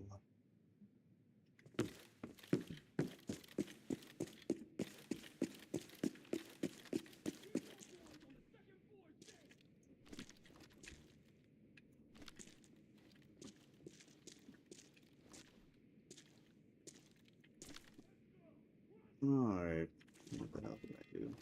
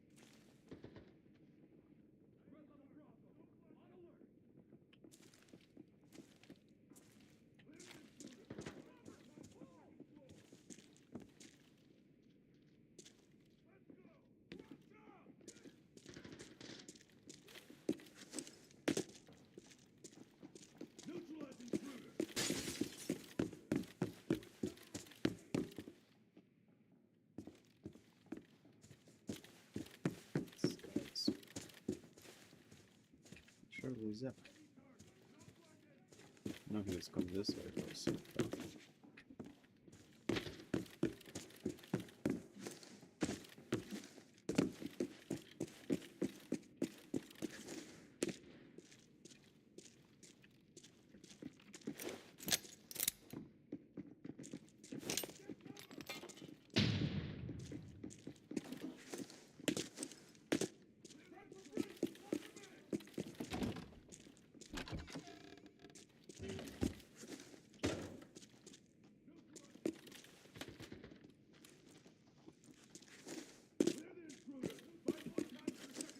Great. There's a fucking USAS somewhere in here.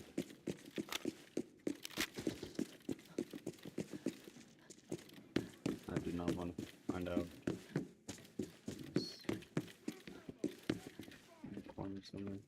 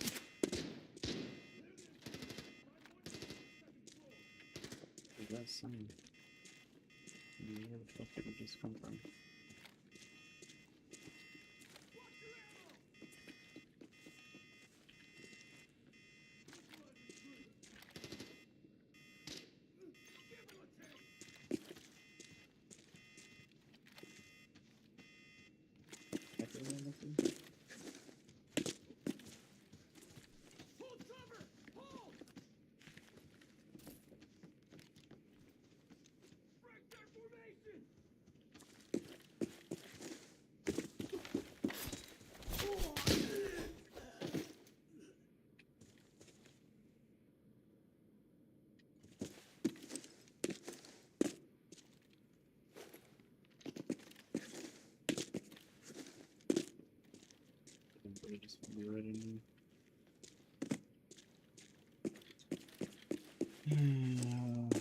Bro. Go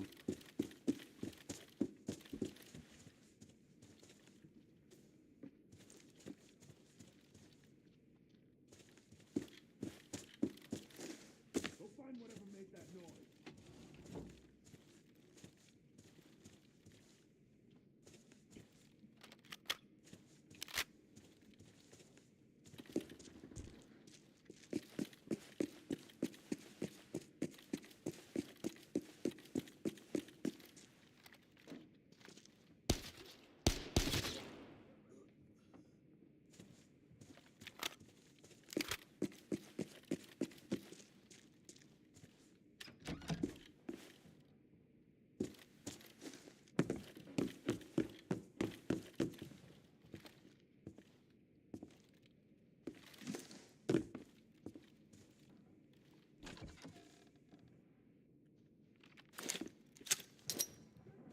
Re-verifying the encrypted archive locator signal. The coordinates have been sent to your map.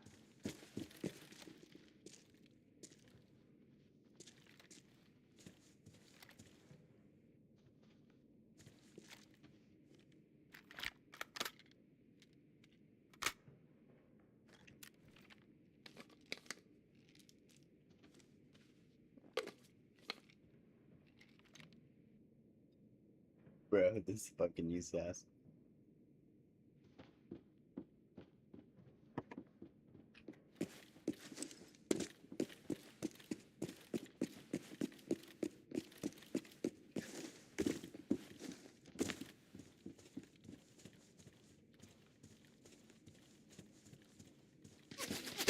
Shit.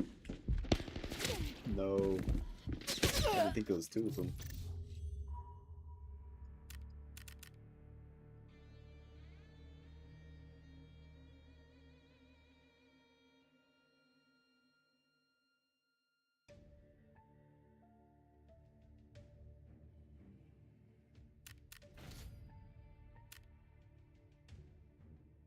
Should just grenade the gun again.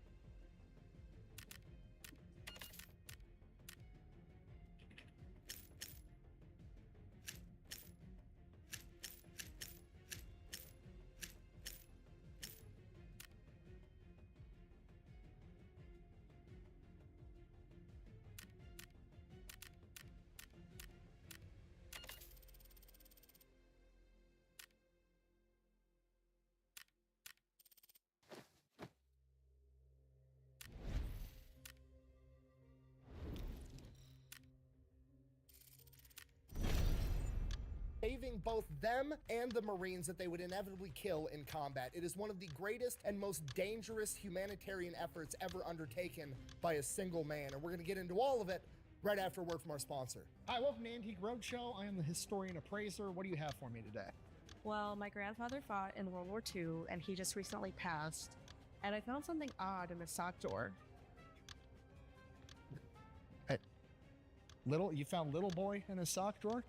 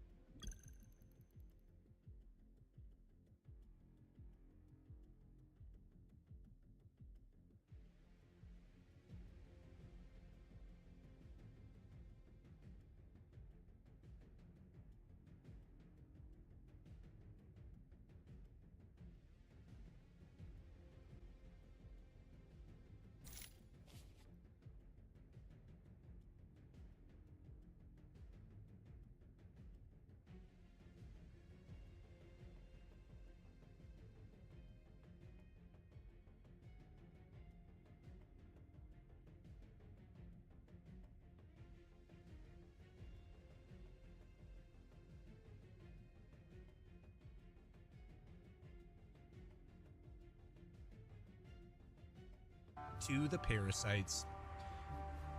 If you guys remember, we not too long ago did a video, and then we started live streaming, and well, things went sideways.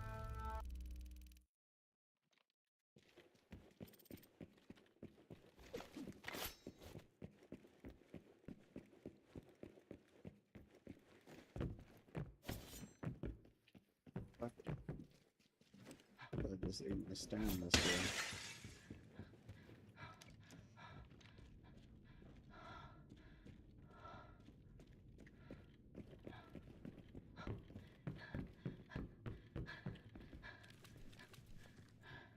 Bruh.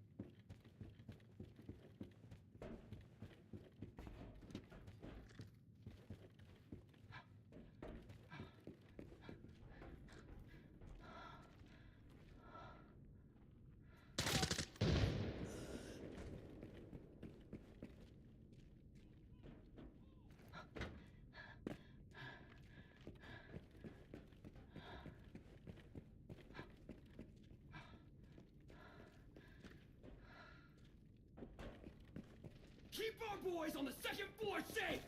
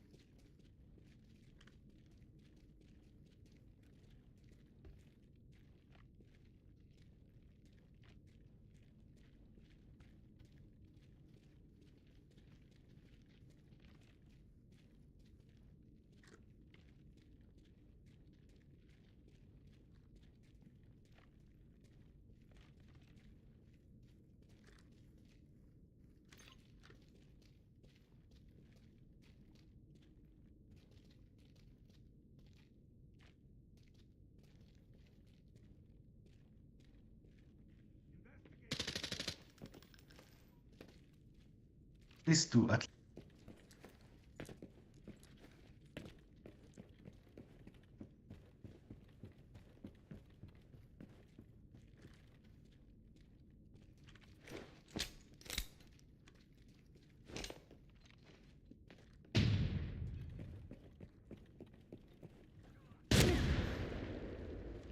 The hell that's open.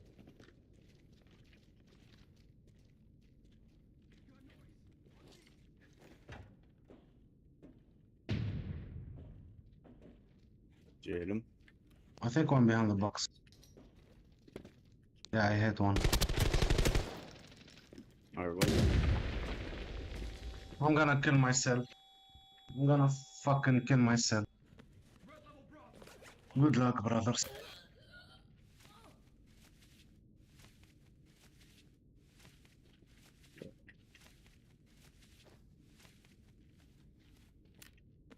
This fucking guy just fucked my armor, dude.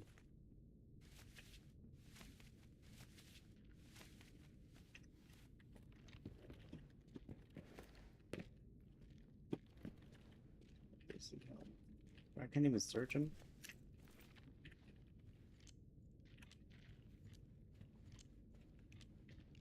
What kind of bullshit is that?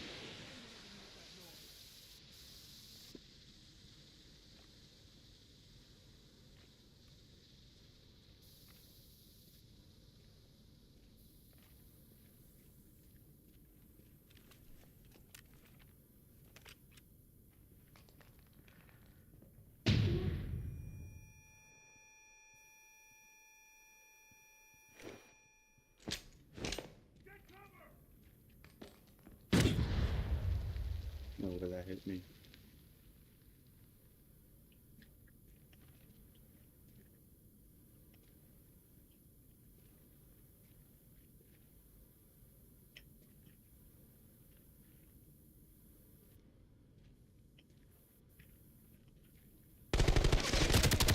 Whoa. Oh, bro. Why did I stop shooting?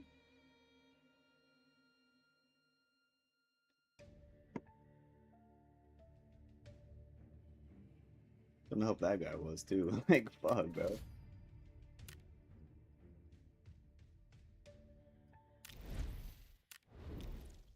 Dude just fucked my armor.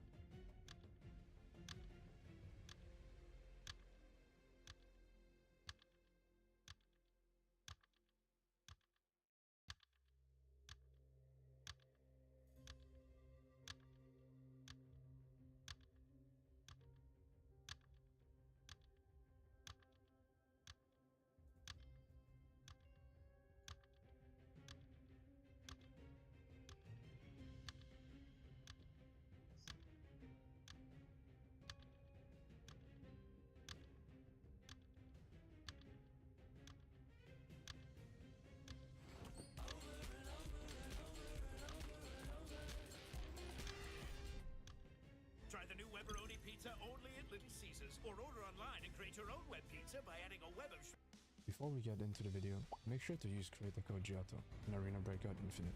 It costs nothing extra, and whenever you make an in-game purchase, it directly supports me and the channel. You find the link in the description. Thank you for your support, and enjoy the rest of the video. No, I get.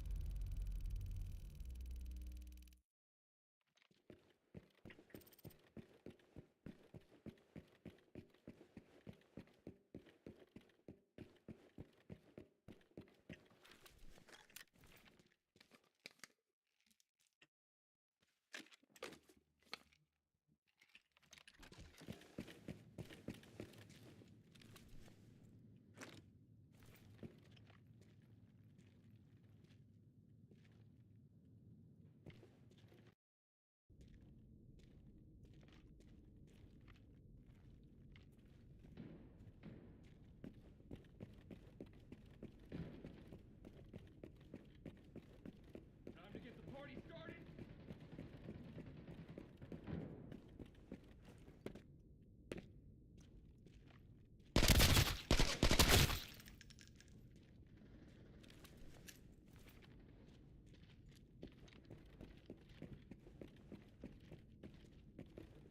Neutral. Give him a taste.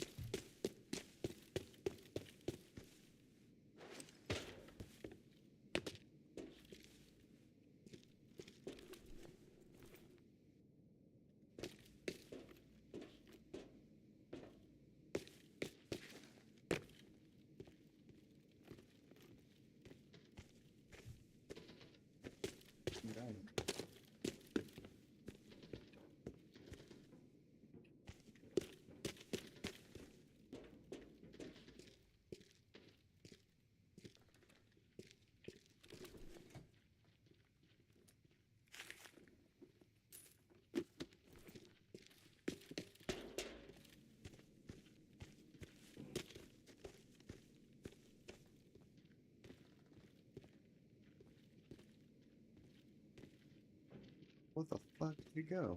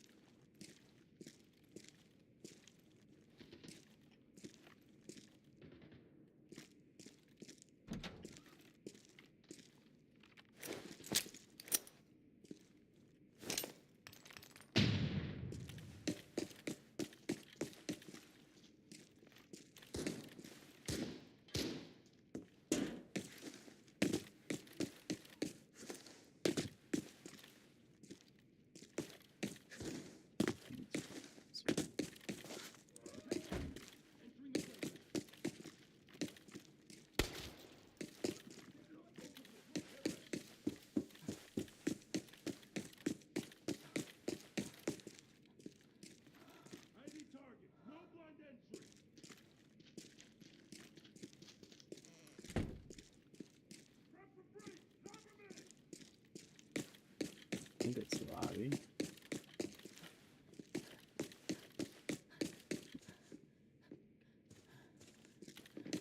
Check saves. Yeah, I should.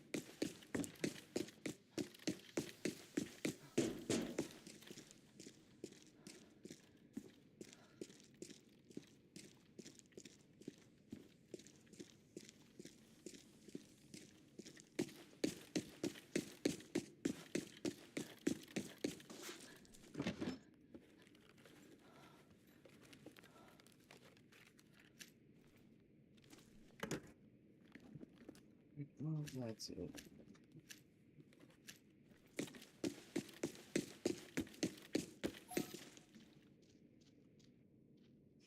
It's kind of nuts.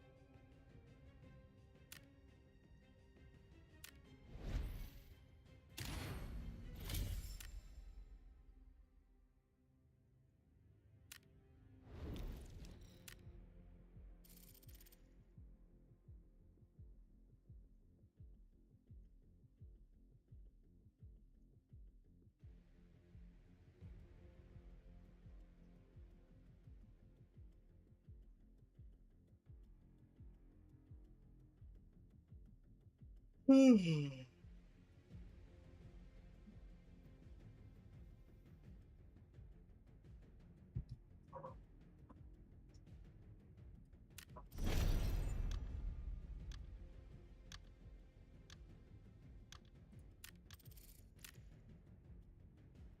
it's fine.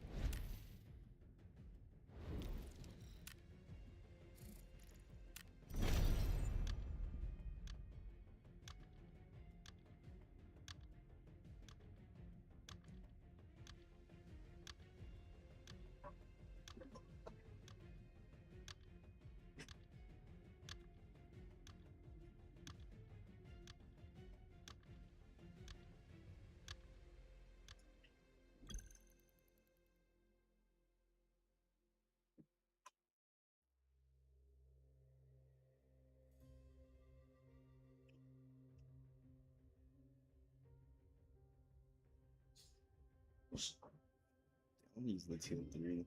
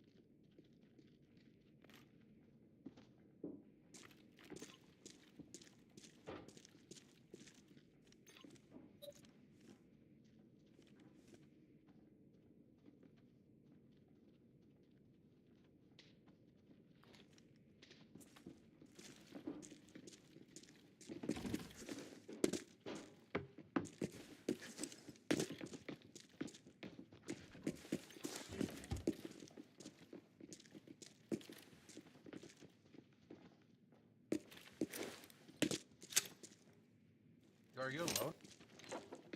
I don't know, I'm scared. That wasn't very nice.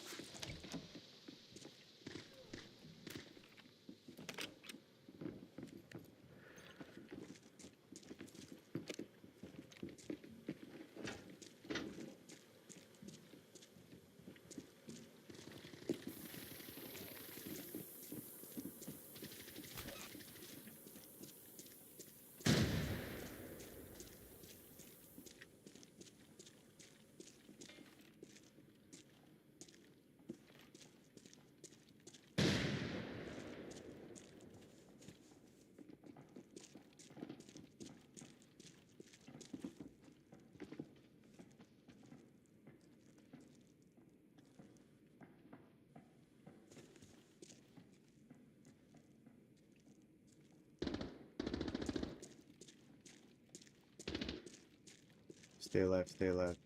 I'm about to flank him right now.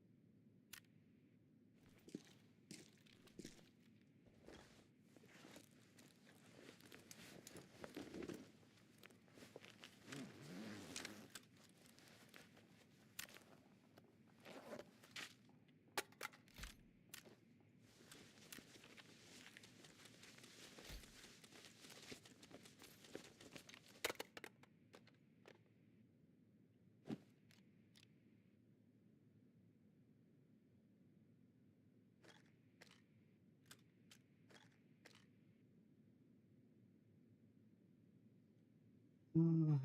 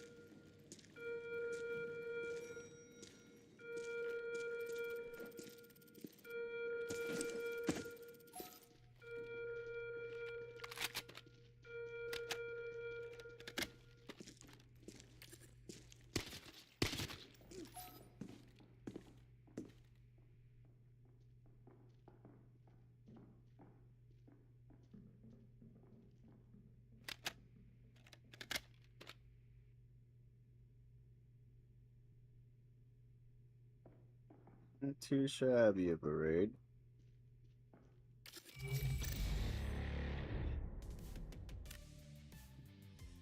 Feel like my bike died.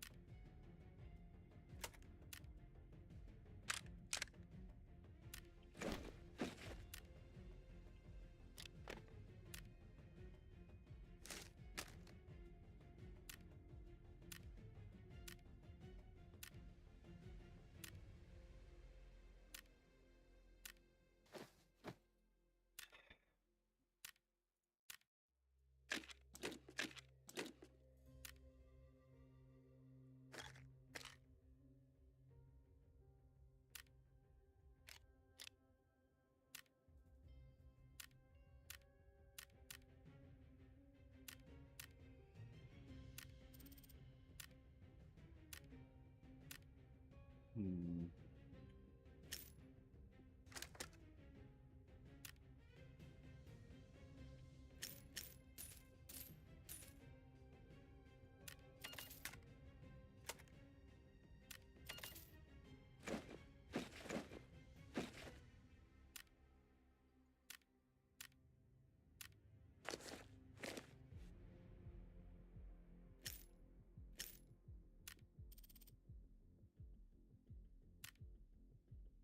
Hmm.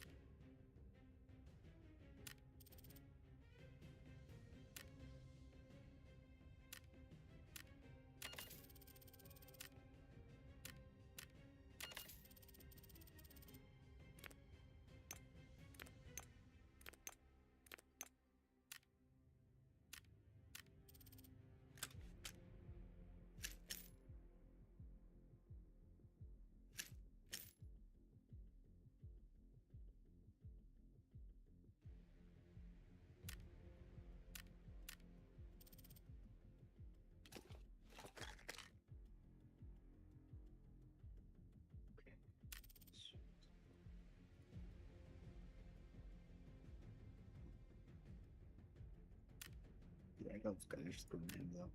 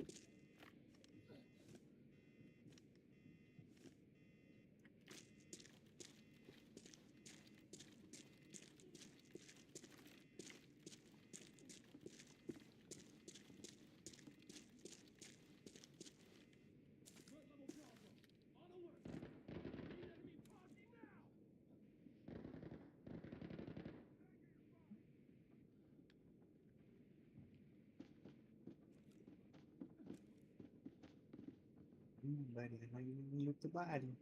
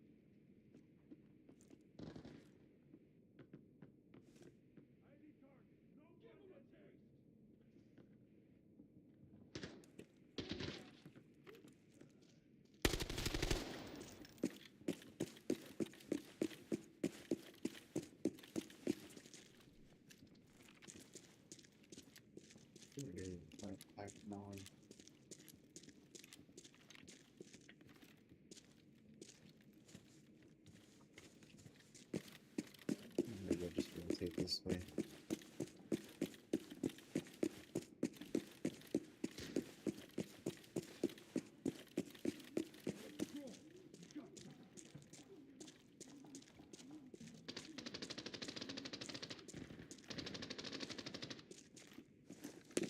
Get him!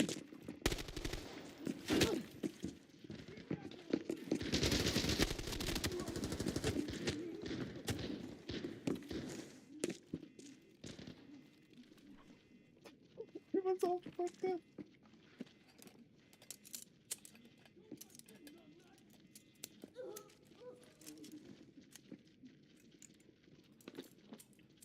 It's kind of funny, actually. Everyone's got MV5, bro. What the hell is going on?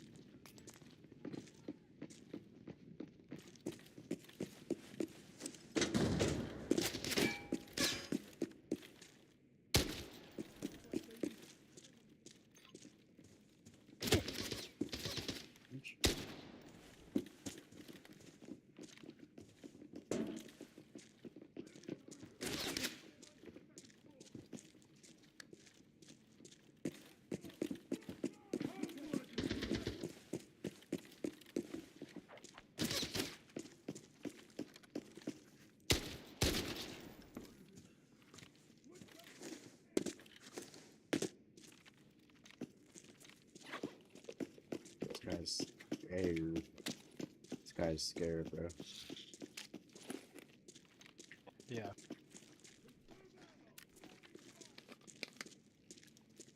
Hello?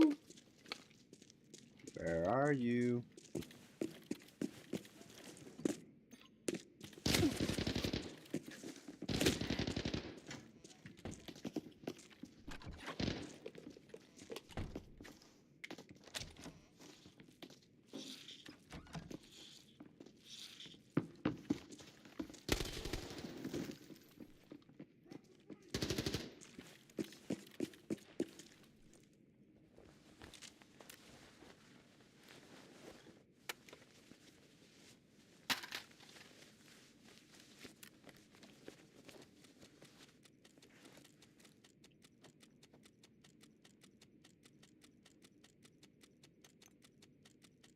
You know why he was scared? He's got a red on. This motherfucker had a red in his fucking backpack. That's why. What the fuck?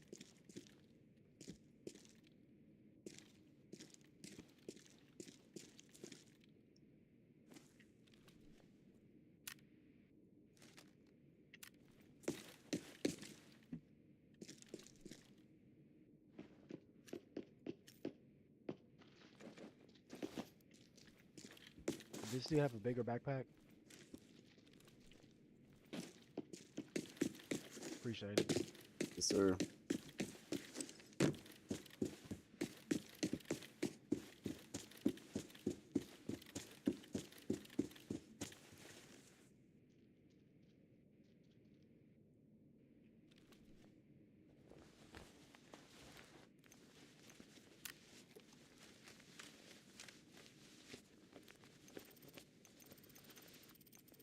You think that's lobby? That's hard to say. I don't know. Could be. I got 3 kills. Yeah, me too.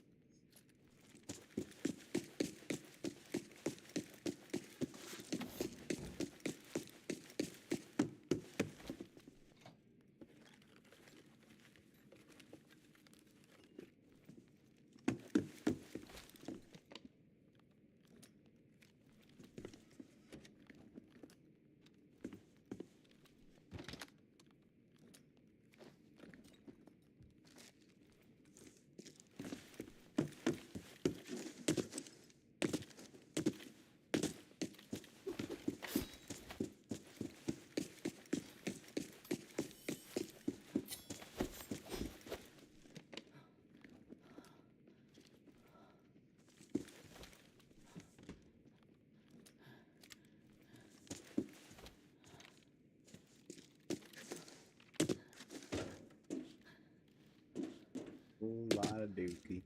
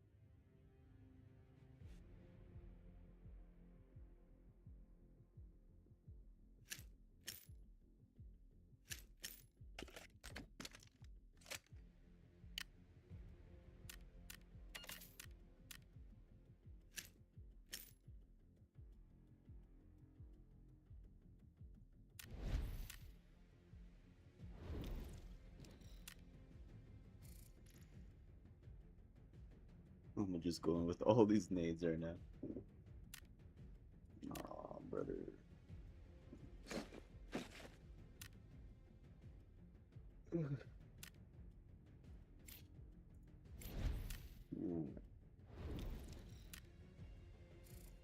I don't care who, if someone's getting all these nades. If someone's getting it, someone's getting it today.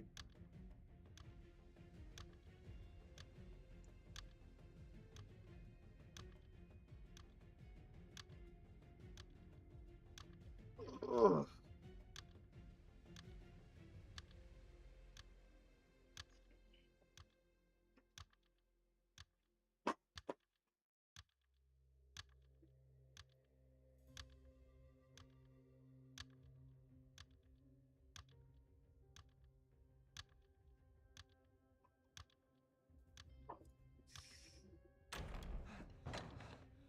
How? Just like that. Allegedly, Sniper Wolf has just doxed Jack's films. The momfluencer Katie Sorensen learning her sentence for falsely claiming a couple tried to kidnap her kids.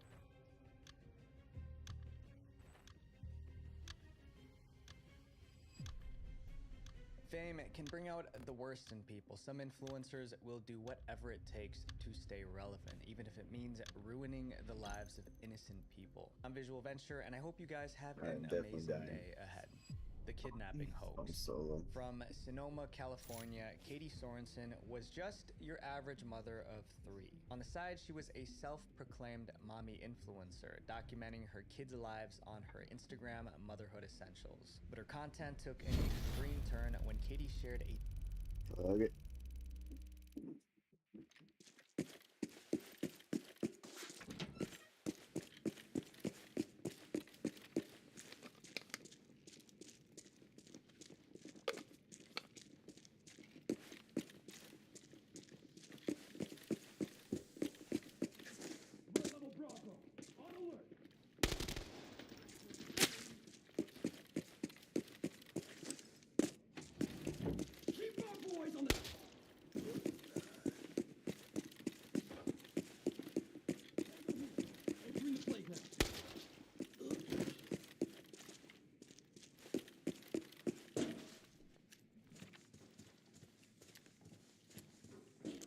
Somebody's about to get naked. I can't remember.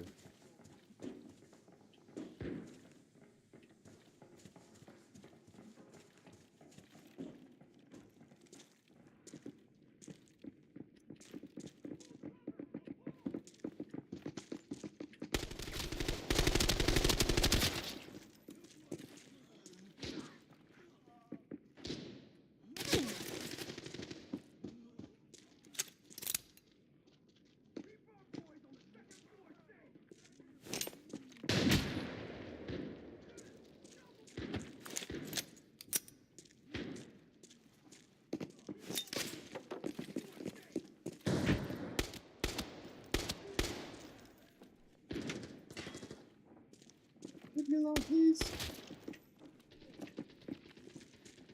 Bro.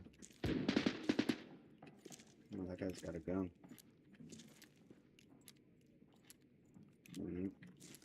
I can fuck with this guy across.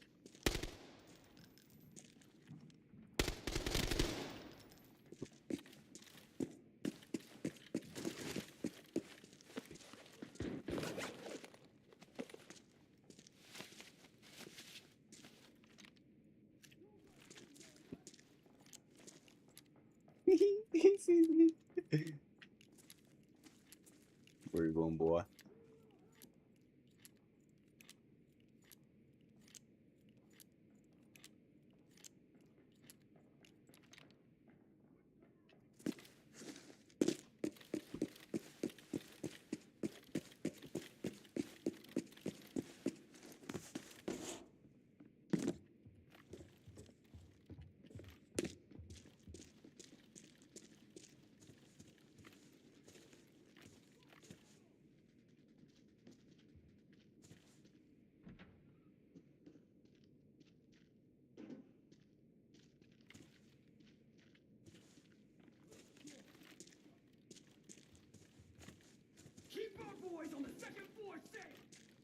think the guy just ran under to directors, maybe.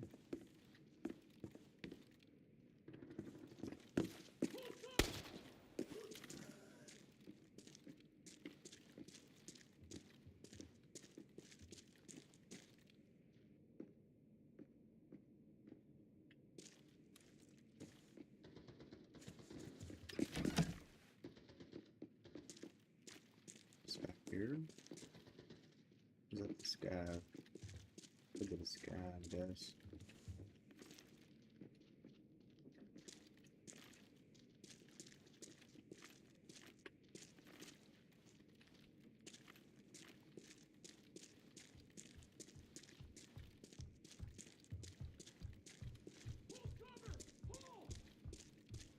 Someone's right above me, I think. That might be the guy I'm looking for.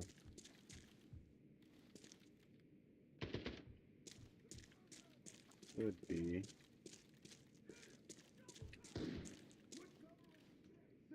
Secure the perimeter. Hopefully.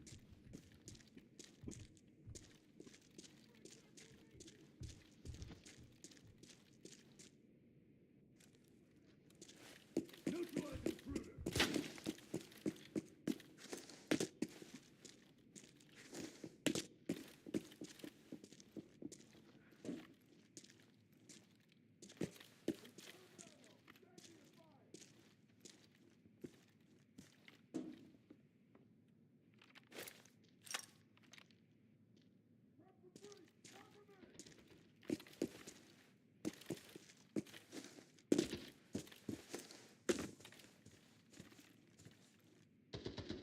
It's definitely fucking.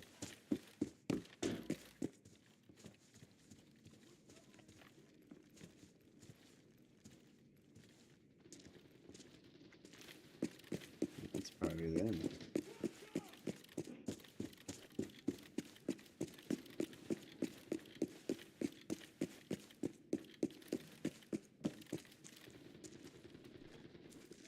Oh, brother. Here we go. Alright. Hopefully he's not around one of these corners somewhere. I think he's in warehouse.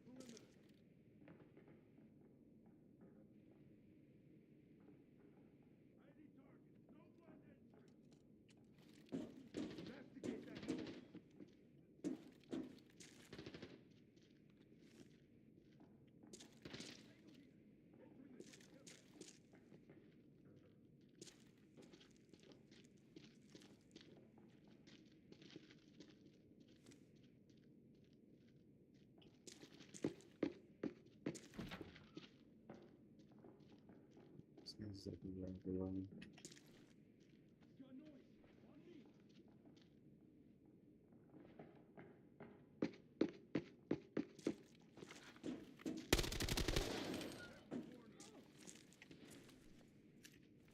There's one.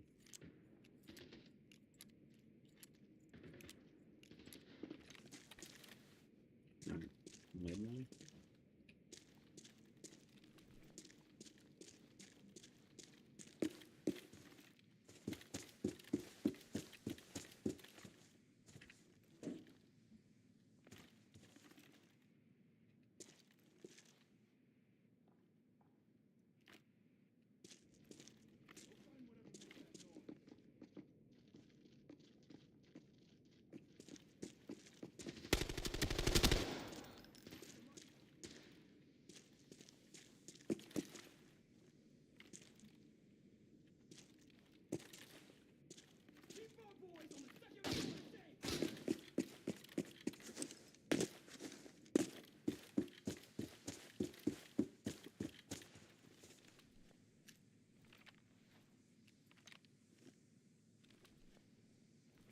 does say.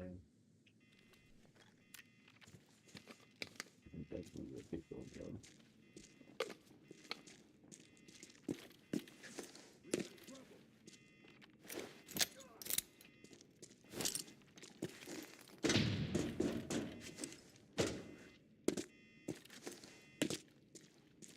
This guy.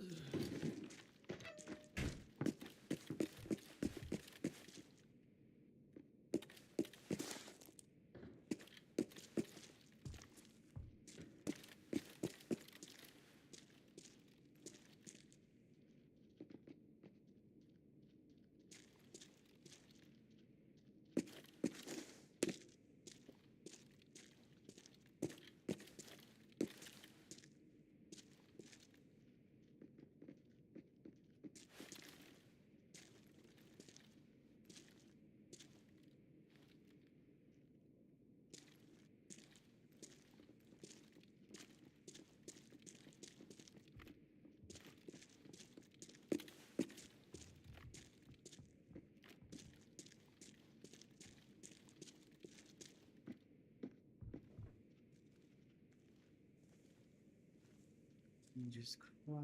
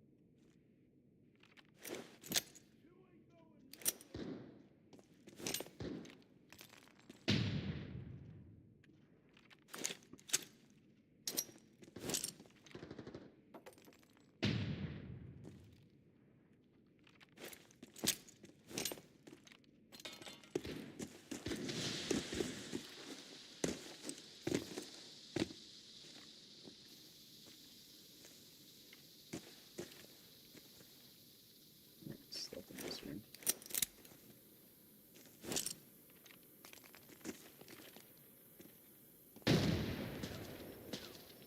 It's gotta be in here, right?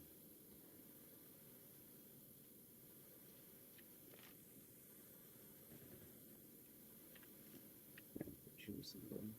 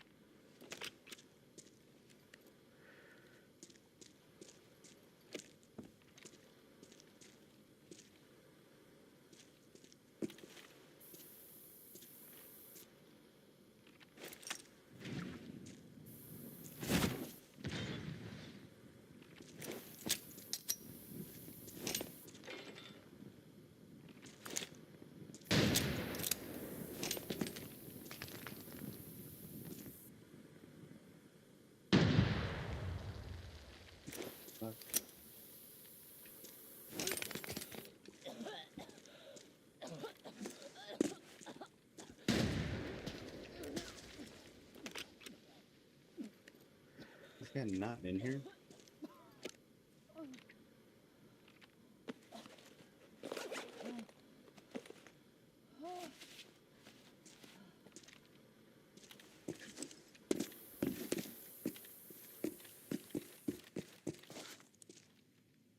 Let's see, he's in here.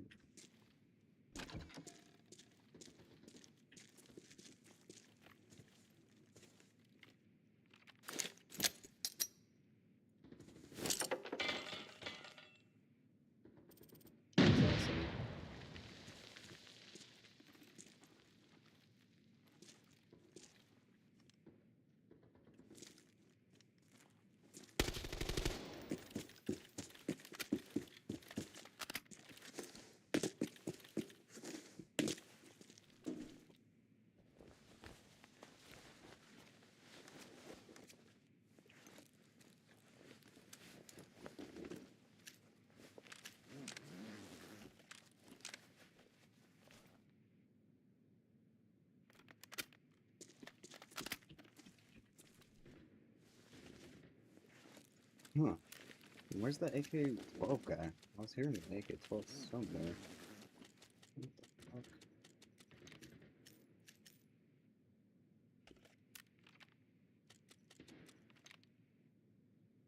That is interesting.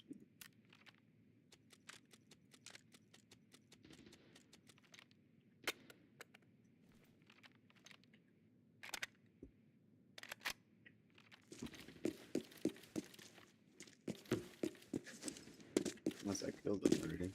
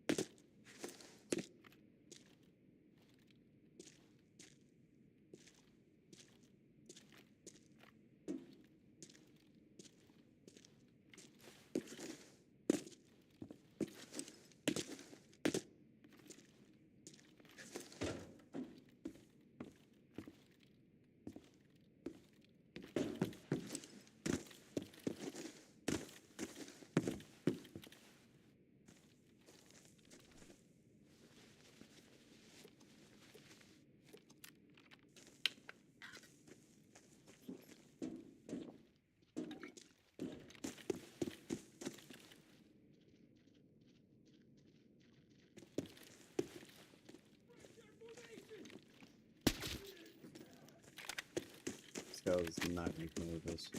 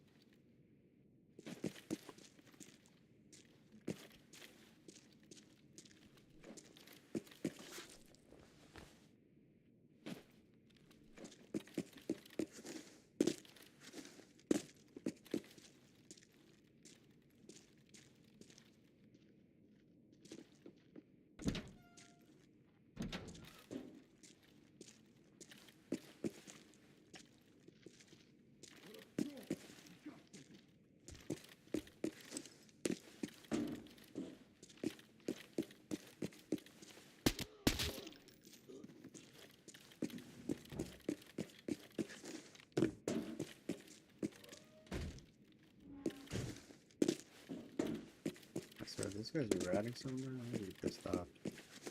Get this guy back again? No.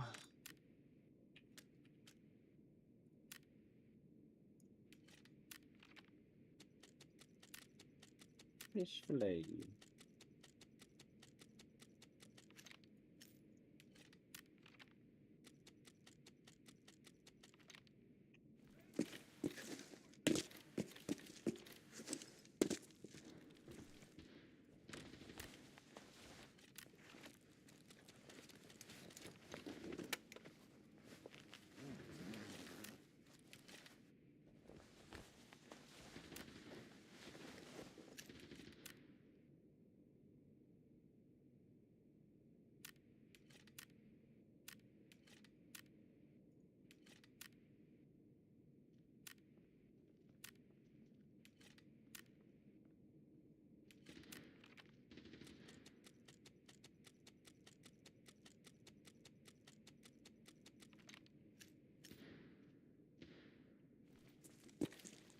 Wait, this is kind of a bottom raid. Oh, here he is. I knew somebody didn't get him.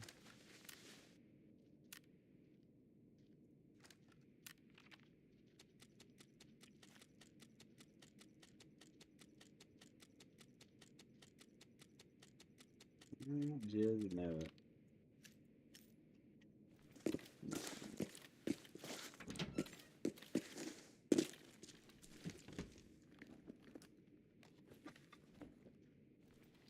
Probably okay on twos.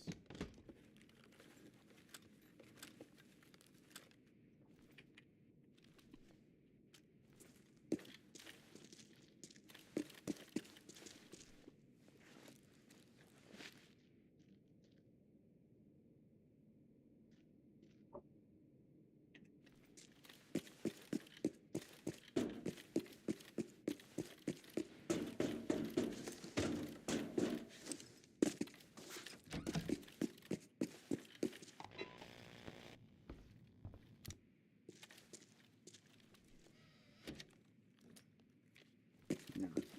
I got 2 kills at the bottom of the stairs. 1 kill over here.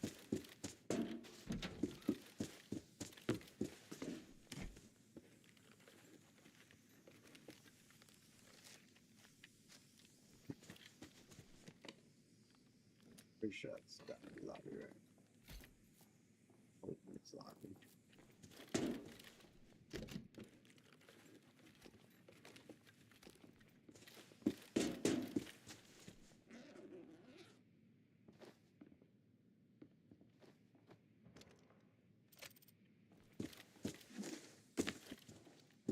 Someone's ratting in here somewhere.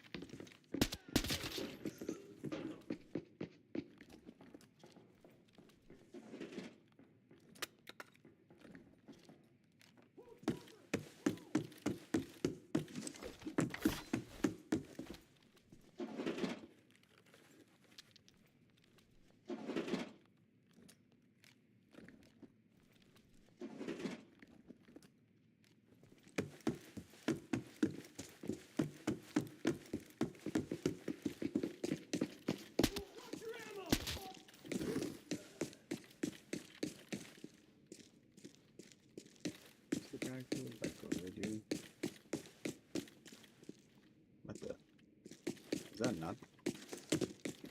I killed a guy right here. Where did I kill him? Oh, shit, here.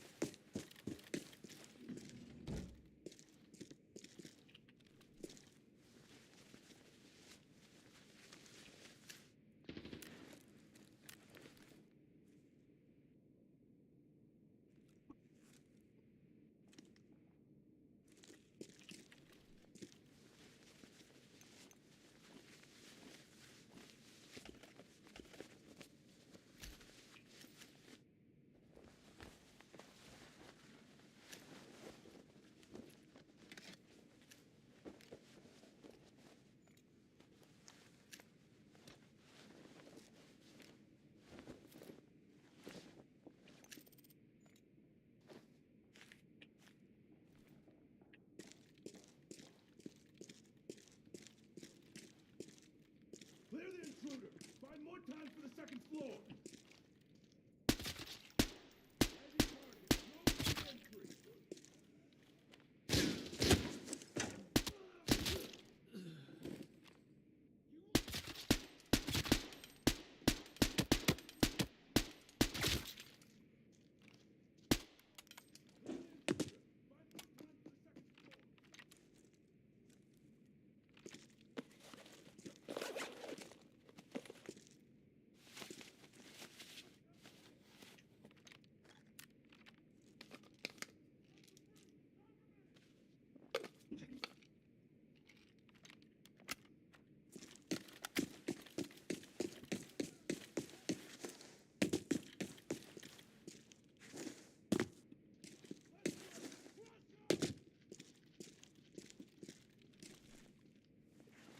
Oh, cool.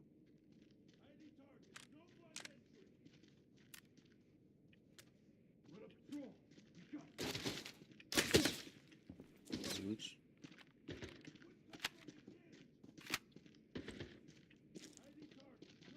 That's interesting.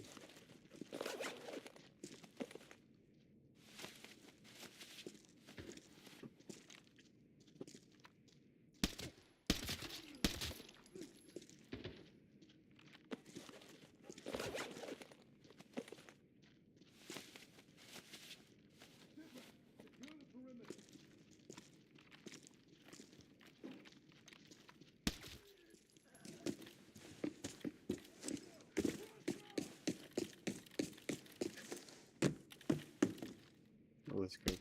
Got me.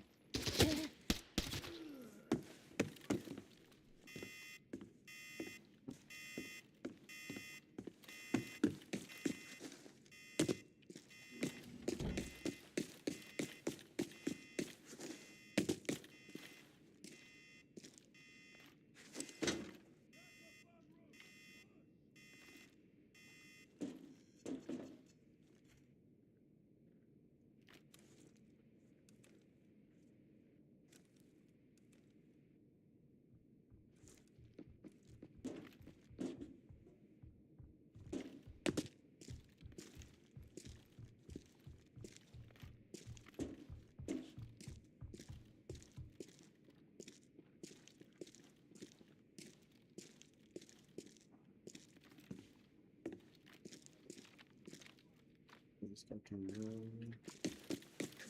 What the fuck are the bots doing here? The bots are clearing the map.